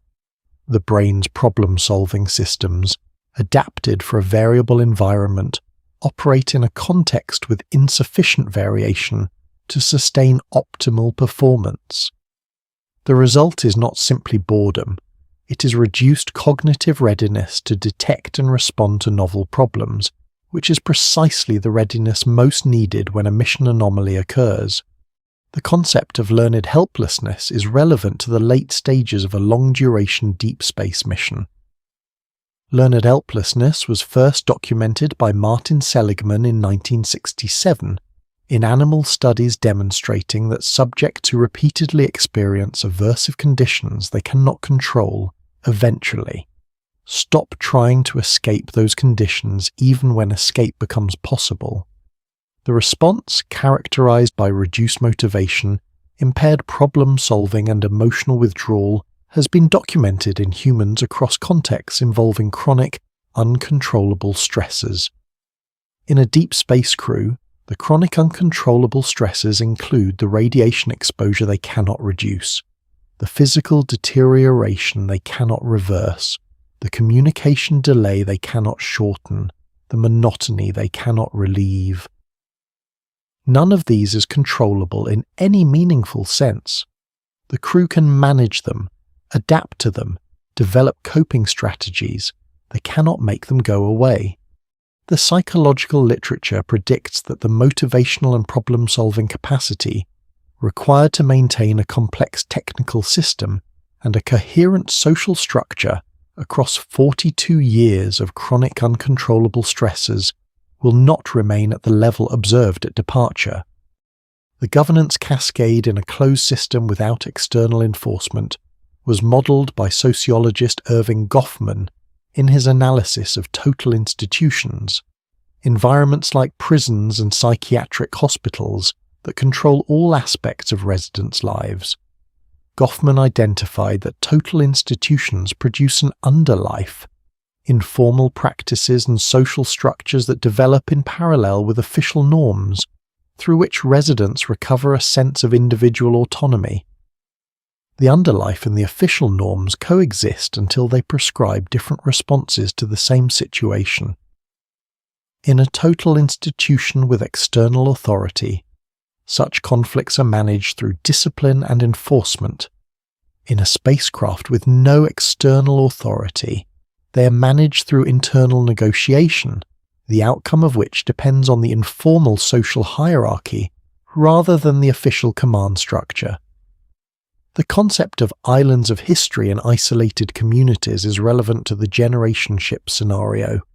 Historian Henri Fossillon described how isolated communities, cut off from the broader cultural stream, tend to preserve practices, beliefs, and social norms from the moment of their isolation, sometimes with great fidelity, while the surrounding culture continues to evolve. The Tristan da Cunha Island community, the most remote permanently inhabited settlement on Earth, isolated by 2,400 kilometers of South Atlantic Ocean, has preserved cultural practices, speech patterns, and genetic markers from its founding population in ways that the modern British culture it nominally belongs to has long since abandoned. On a generation ship, this preservation dynamic would apply to whatever cultural state existed at the moment of departure. The crew's cultural formation, their values, their aesthetic sensibilities, their ethical frameworks, their understanding of science and history and the human project would be fixed at the moment the ship sealed its airlocks and began to diverge from a civilization that continued to evolve in their absence. After 42 years, the crew that arrives would be culturally analogous to people from 42 years in the past arriving in the present, recognizably human, sharing a common foundational history, but shaped by a cultural trajectory that diverged at the moment of departure. A mission requires a purpose that people understand and are committed to. It requires the knowledge to execute that purpose. It requires social structures that translate individual effort into coordinated action. It requires the belief, held by enough people with enough authority, that the purpose is worth the cost currently being paid. All of these can be documented at launch. None of them are self-sustaining across centuries in a closed environment without external input. The crew that arrives will have no memory of why they left. In a mission lasting 300 years, the people alive at arrival are separated from the founding crew by 10 to 15 generations. The founding crew is not heritage in any living sense. It is historical text. The mission documents are artifacts made by people dead for centuries, describing purposes formed in a world the current crew has never experienced, on behalf of a civilization whose current state is 300 years unknown. Whether those purposes remain valid is a question each successive generation must answer for itself.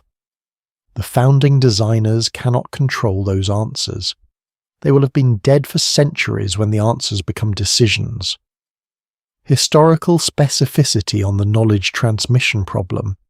300 years ago, the germ theory of disease did not exist. Electricity was unknown. The steam engine had not been invented. A physician trained 300 years ago placed aboard a generation ship would, 300 years later, possess a medical framework so fundamentally outdated as to be actively dangerous. The Generation 10 crew, trained by Generation 9, reaching back through a 300-year chain of internal transmission in a closed system, would possess technical knowledge that has drifted from the original in ways neither the founding crew nor the current crew can fully assess. Because the only available comparator is the transmission itself, there is no external reference point. The drift is invisible from inside. Every specialized domain on the ship is subject to this degradation.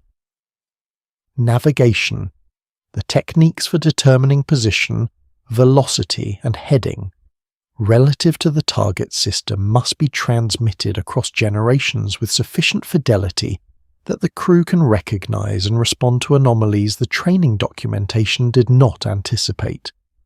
A navigation error accumulating uncorrected over decades could place the ship on a trajectory that misses the target system by a distance that cannot be corrected with remaining propellant.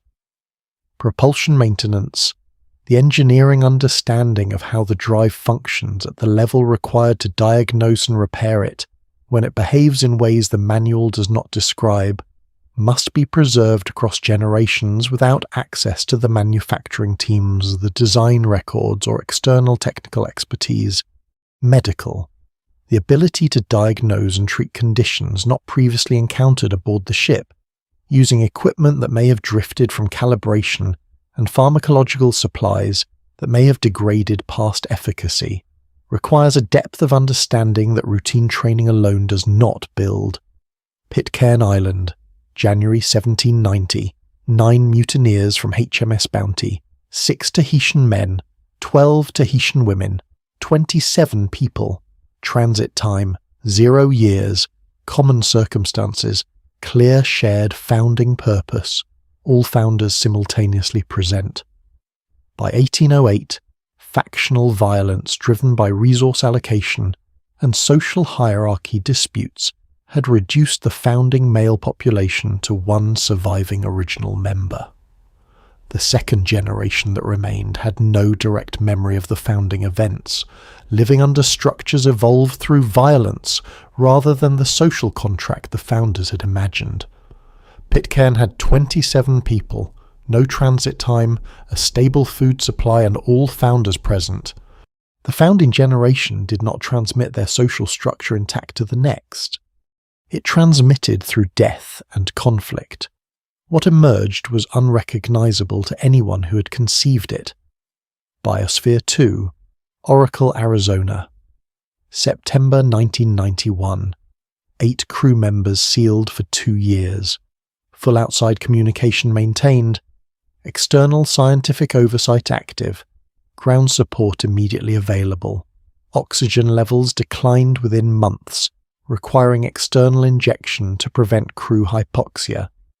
Food fell short, requiring supplementation from external stores.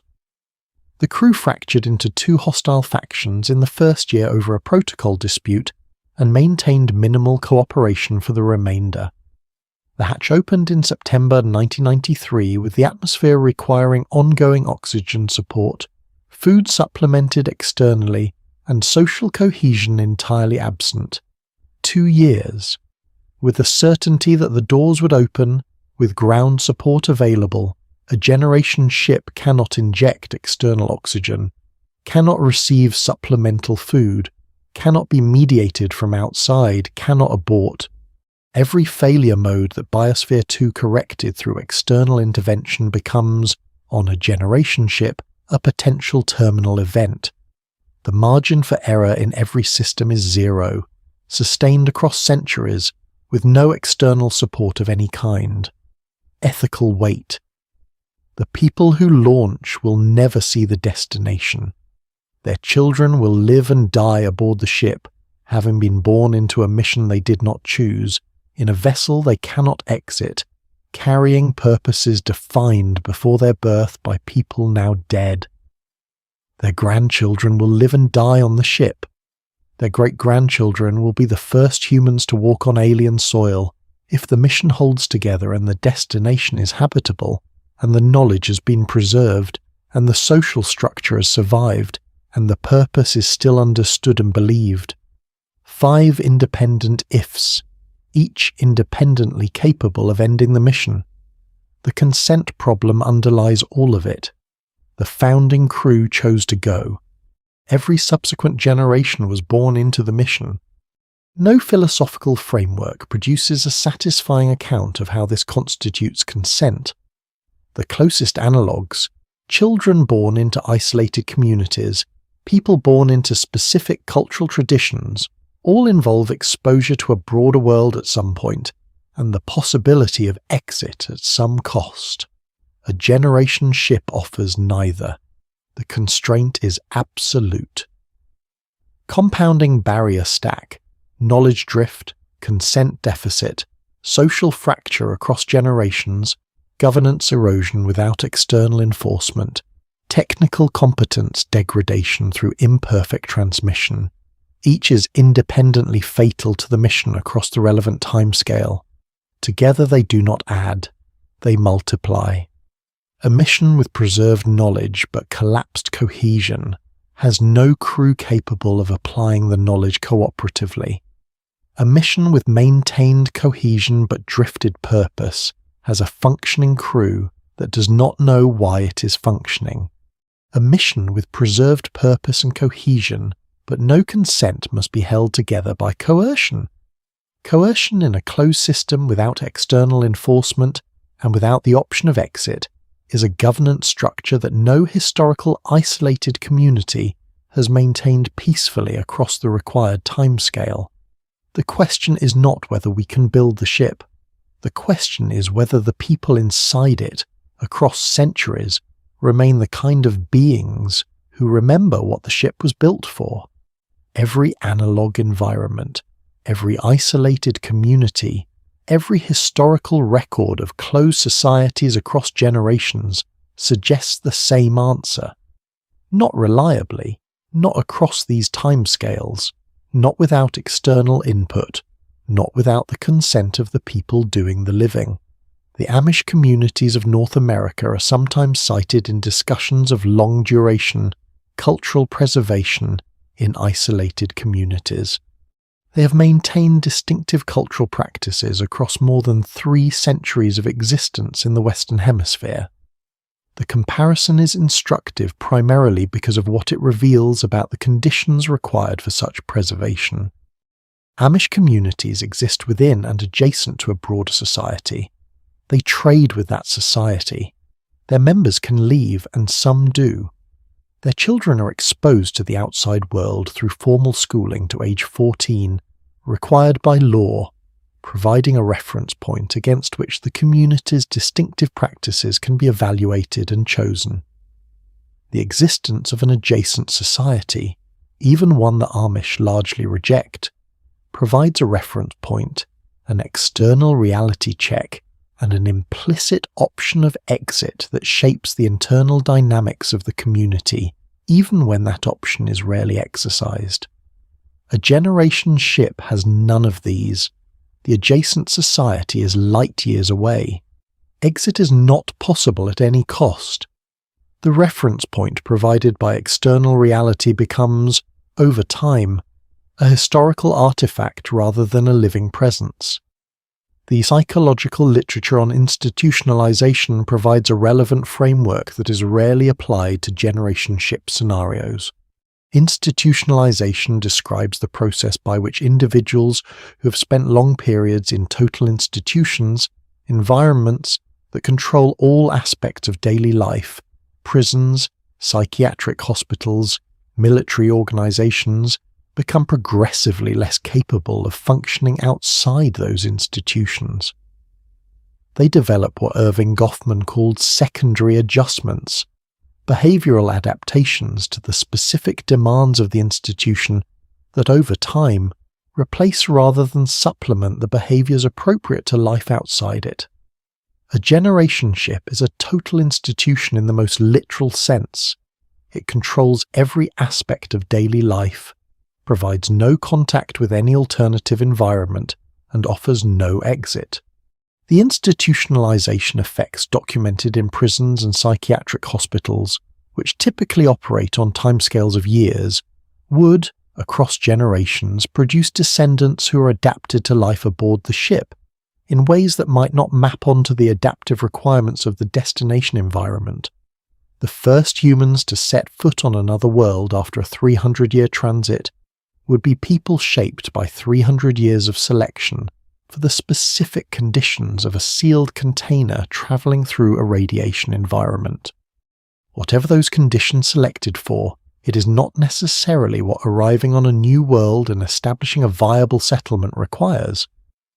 The question of what the mission is for, in the absence of the people who defined what it was for, is not simply a philosophical abstraction.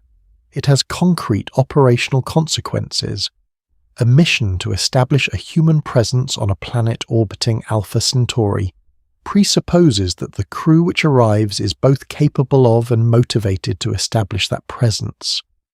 Capable requires intact technical knowledge for constructing a habitation, functional team governance, adequate physical health for the physical demands of settlement work, and sufficient cognitive function to make the complex adaptive decisions that establishing a habitation in an unknown environment requires. Motivated requires a sufficiently strong belief in the value of the mission's purpose to accept the costs of settlement work, including the possibility that the planet is less habitable than projected, that the technology required does not all function as expected, and that the work is hard and uncertain and dangerous. Neither capability nor motivation can be guaranteed across 300 years of closed system transmission. Capability degrades through knowledge transmission failure. Motivation drifts through purpose drift and consent deficit. The combination, arriving at a star system with a crew that has the technical manuals but has partially lost the understanding behind them, and has the stated purpose of establishing a colony but has partially lost the belief that this purpose is worth its cost, is not a crew that has failed to accomplish a mission. It is a crew that has become something the mission designers did not design for, shaped by the transmission of a purpose across time, without the cultural and institutional reinforcement that sustains purposes in functioning societies. The Amish communities of North America are sometimes cited in discussions of long-duration cultural preservation in isolated communities. They have maintained distinctive cultural practices across more than 3 centuries of existence in the Western Hemisphere. The comparison is instructive primarily because of what it reveals about the conditions required for such preservation. Amish communities exist within and adjacent to a broader society. They trade with that society. Their members can leave and some do. Their children are exposed to the outside world through formal schooling to age 14, required by law, providing a reference point against which the community's distinctive practices can be evaluated and chosen. The existence of an adjacent society, even one the Amish largely reject, provides a reference point, an external reality check, and an implicit option of exit that shapes the internal dynamics of the community, even when that option is rarely exercised. A generation ship has none of these. The adjacent society is light years away. Exit is not possible at any cost. The reference point provided by external reality becomes, over time, a historical artifact rather than a living presence. The psychological literature on institutionalization provides a relevant framework that is rarely applied to generation ship scenarios. Institutionalization describes the process by which individuals who have spent long periods in total institutions, environments that control all aspects of daily life, prisons, psychiatric hospitals, military organizations, become progressively less capable of functioning outside those institutions. They develop what Irving Goffman called secondary adjustments, behavioral adaptations to the specific demands of the institution that, over time, replace rather than supplement the behaviors appropriate to life outside it. A generation ship is a total institution in the most literal sense. It controls every aspect of daily life, provides no contact with any alternative environment, and offers no exit. The institutionalization effects documented in prisons and psychiatric hospitals, which typically operate on timescales of years, would, across generations, produce descendants who are adapted to life aboard the ship in ways that might not map onto the adaptive requirements of the destination environment. The first humans to set foot on another world after a 300-year transit would be people shaped by 300 years of selection for the specific conditions of a sealed container traveling through a radiation environment. Whatever those conditions selected for, it is not necessarily what arriving on a new world and establishing a viable settlement requires. The question of what the mission is for, in the absence of the people who defined what it was for, is not simply a philosophical abstraction. It has concrete operational consequences. A mission to establish a human presence on a planet orbiting Alpha Centauri presupposes that the crew which arrives is both capable of and motivated to establish that presence. Capable requires intact technical knowledge for constructing a habitation, functional team governance, adequate physical health for the physical demands of settlement work, and sufficient cognitive function to make the complex adaptive decisions that establishing a habitation in an unknown environment requires. Motivated requires a sufficiently strong belief in the value of the mission's purpose to accept the costs of settlement work, including the possibility that the planet is less habitable than projected, that the technology required does not all function as expected, and that the work is hard and uncertain and dangerous. Neither capability nor motivation can be guaranteed across 300 years of closed system transmission. Capability degrades through knowledge transmission failure. Motivation drifts through purpose drift and consent deficit. The combination, arriving at a star system with a crew that has the technical manuals but has partially lost the understanding behind them, and has the stated purpose of establishing a colony but has partially lost the belief that this purpose is worth its cost, is not a crew that has failed to accomplish a mission. It is a crew that has become something the mission designers did not design for, shaped by the transmission of a purpose across time without the cultural and institutional reinforcement that sustains purposes in functioning societies. The number is still 900. Everything tonight exists inside that number, not because 900 millisieverts is a summary of radiation physics and bone loss and cognitive drift and generational social collapse, but because 900 was the first place in the calculation where the math refused to cooperate with the premise, where the concrete measurement met the stated ambition, and the measurement did not yield.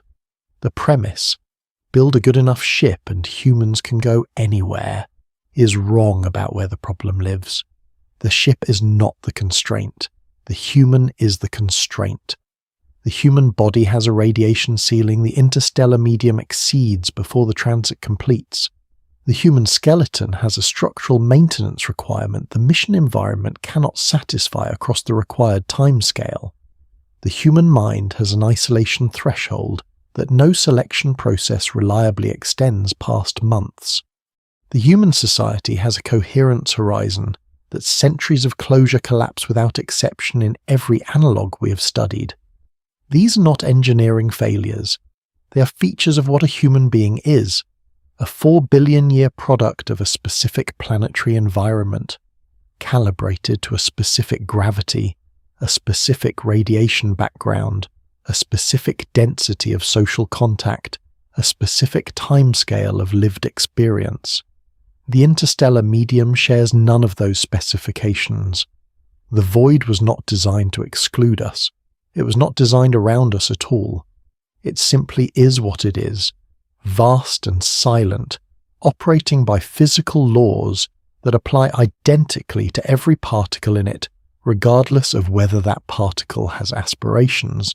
The laws are not hostile, they are present, and they are the same laws that allow us to calculate with precision the dose that begins accumulating on day one of a transit that those same laws ensure will last longer than a human life at any propulsion we currently possess. The mission does not fail because something dramatic happens. It fails because nothing dramatic happens for so long that the quiet accumulation of 1,000 slow degradations exceeds the capacity of a human being to remain, in the ways the mission requires, recognizably human. There will be people who conclude that the solution is to change what a human is. Genetic modification, cybernetic augmentation, the transfer of human consciousness to a substrate that does not require oxygen or calcium or social contact. These are not answers to the question we started with. They are answers to a different question. What are we willing to call human when the original definition has been modified past recognition to fit the requirements of the environment? That question is worth asking. It is not the same question. The void does not care about our ambitions. It simply is what it is, vast and silent, waiting to see if anything that enters it as human can emerge on the other side still deserving the name. 900 millisieverts, not a risk calculation, a timeline. What the void offers, in exchange for everything it extracts, is clarity. The calculation is not ambiguous. The numbers do not require interpretation. The radiation ceiling is not a projection or an estimate. It is a measurement of what the interstellar medium delivers to an unshielded or inadequately shielded crew member per unit time, and what that crew member's biology can absorb before the damage becomes irreversible. The distance is not an approximation. It is the speed of light multiplied by 4.2 years, and the speed of our fastest spacecraft is a small fraction of the speed of light, and those two facts together define a transit time that no amount of engineering optimism changes by an order of magnitude within any foreseeable technological horizon. The body's physiology is not a design flaw. It is a 4 billion year optimization for a specific environment. Placing it in a different environment for decades produces predictable and documented consequences that the optimization was not designed to handle. The mind's architecture is not a weakness. It is an adaptation for a social and sensory environment that the spacecraft cannot replicate. The generation's consent is not a bureaucratic problem. It is the foundational ethical reality that every subsequent generation is a person who did not choose to be born into a mission and cannot choose to leave it. None of this means that humanity will never reach another star. It means that the version of humanity that reaches another star, if one ever does, will not be the version that boards a rocket in the next century and travels there. The physics does not care about the timeline. The timeline cares about the physics, and the physics says that the constraints on biological human survival in the interstellar environment are not constraints that better engineering will eliminate. They are constraints that, redefining what we mean by a human traveller, might eventually navigate around by sending minds rather than bodies, by sending machines that carry human-derived intelligence rather than human-derived biology, by sending something that can withstand 4 billion years of cosmic radiation optimization rather than 4 billion years of Earth optimization. That is a real possibility. It is not the same as sending humans. 900 millisieverts, not a risk calculation, a timeline. The question is worth sitting with, not to induce despair but to induce precision. Humans are going to keep trying to go further. That impulse is real, and it has produced the most significant expansions of the human horizon in history. But the impulse and the physics are not in negotiation. The physics does not accommodate ambition. It does not offer exceptions for species that have demonstrated sufficient ingenuity or sufficient desire. It applies the same rules to a crewed spacecraft that it applies to a grain of dust, and the rules, applied honestly to the biological and social reality of a human being, produce 900 millisieverts, and the transit time that produces it, and the cascade of physical and psychological and social consequences that follow from it. The honest version of the interstellar ambition is not that we cannot go. It is that we cannot go as we are. The constraints are not on our technology, which will improve. They are on our biology, which evolves on timescales that engineering does not control. The 4 billion year optimization that produced the human body was not optimizing for radiation tolerance, or for psychological stability in the absence of novelty, or for social coherence in a sealed container across generations. It was optimizing for survival in a specific environment. That environment is Earth. That optimization is complete and highly successful. It is also, by definition, the wrong optimization for the interstellar medium. There is no path from here to another star that does not either change what we are or find a way to bring Earth with us, in the biological and psychological sense, in sufficient fidelity to sustain what we mean when we say we sent humans rather than machines.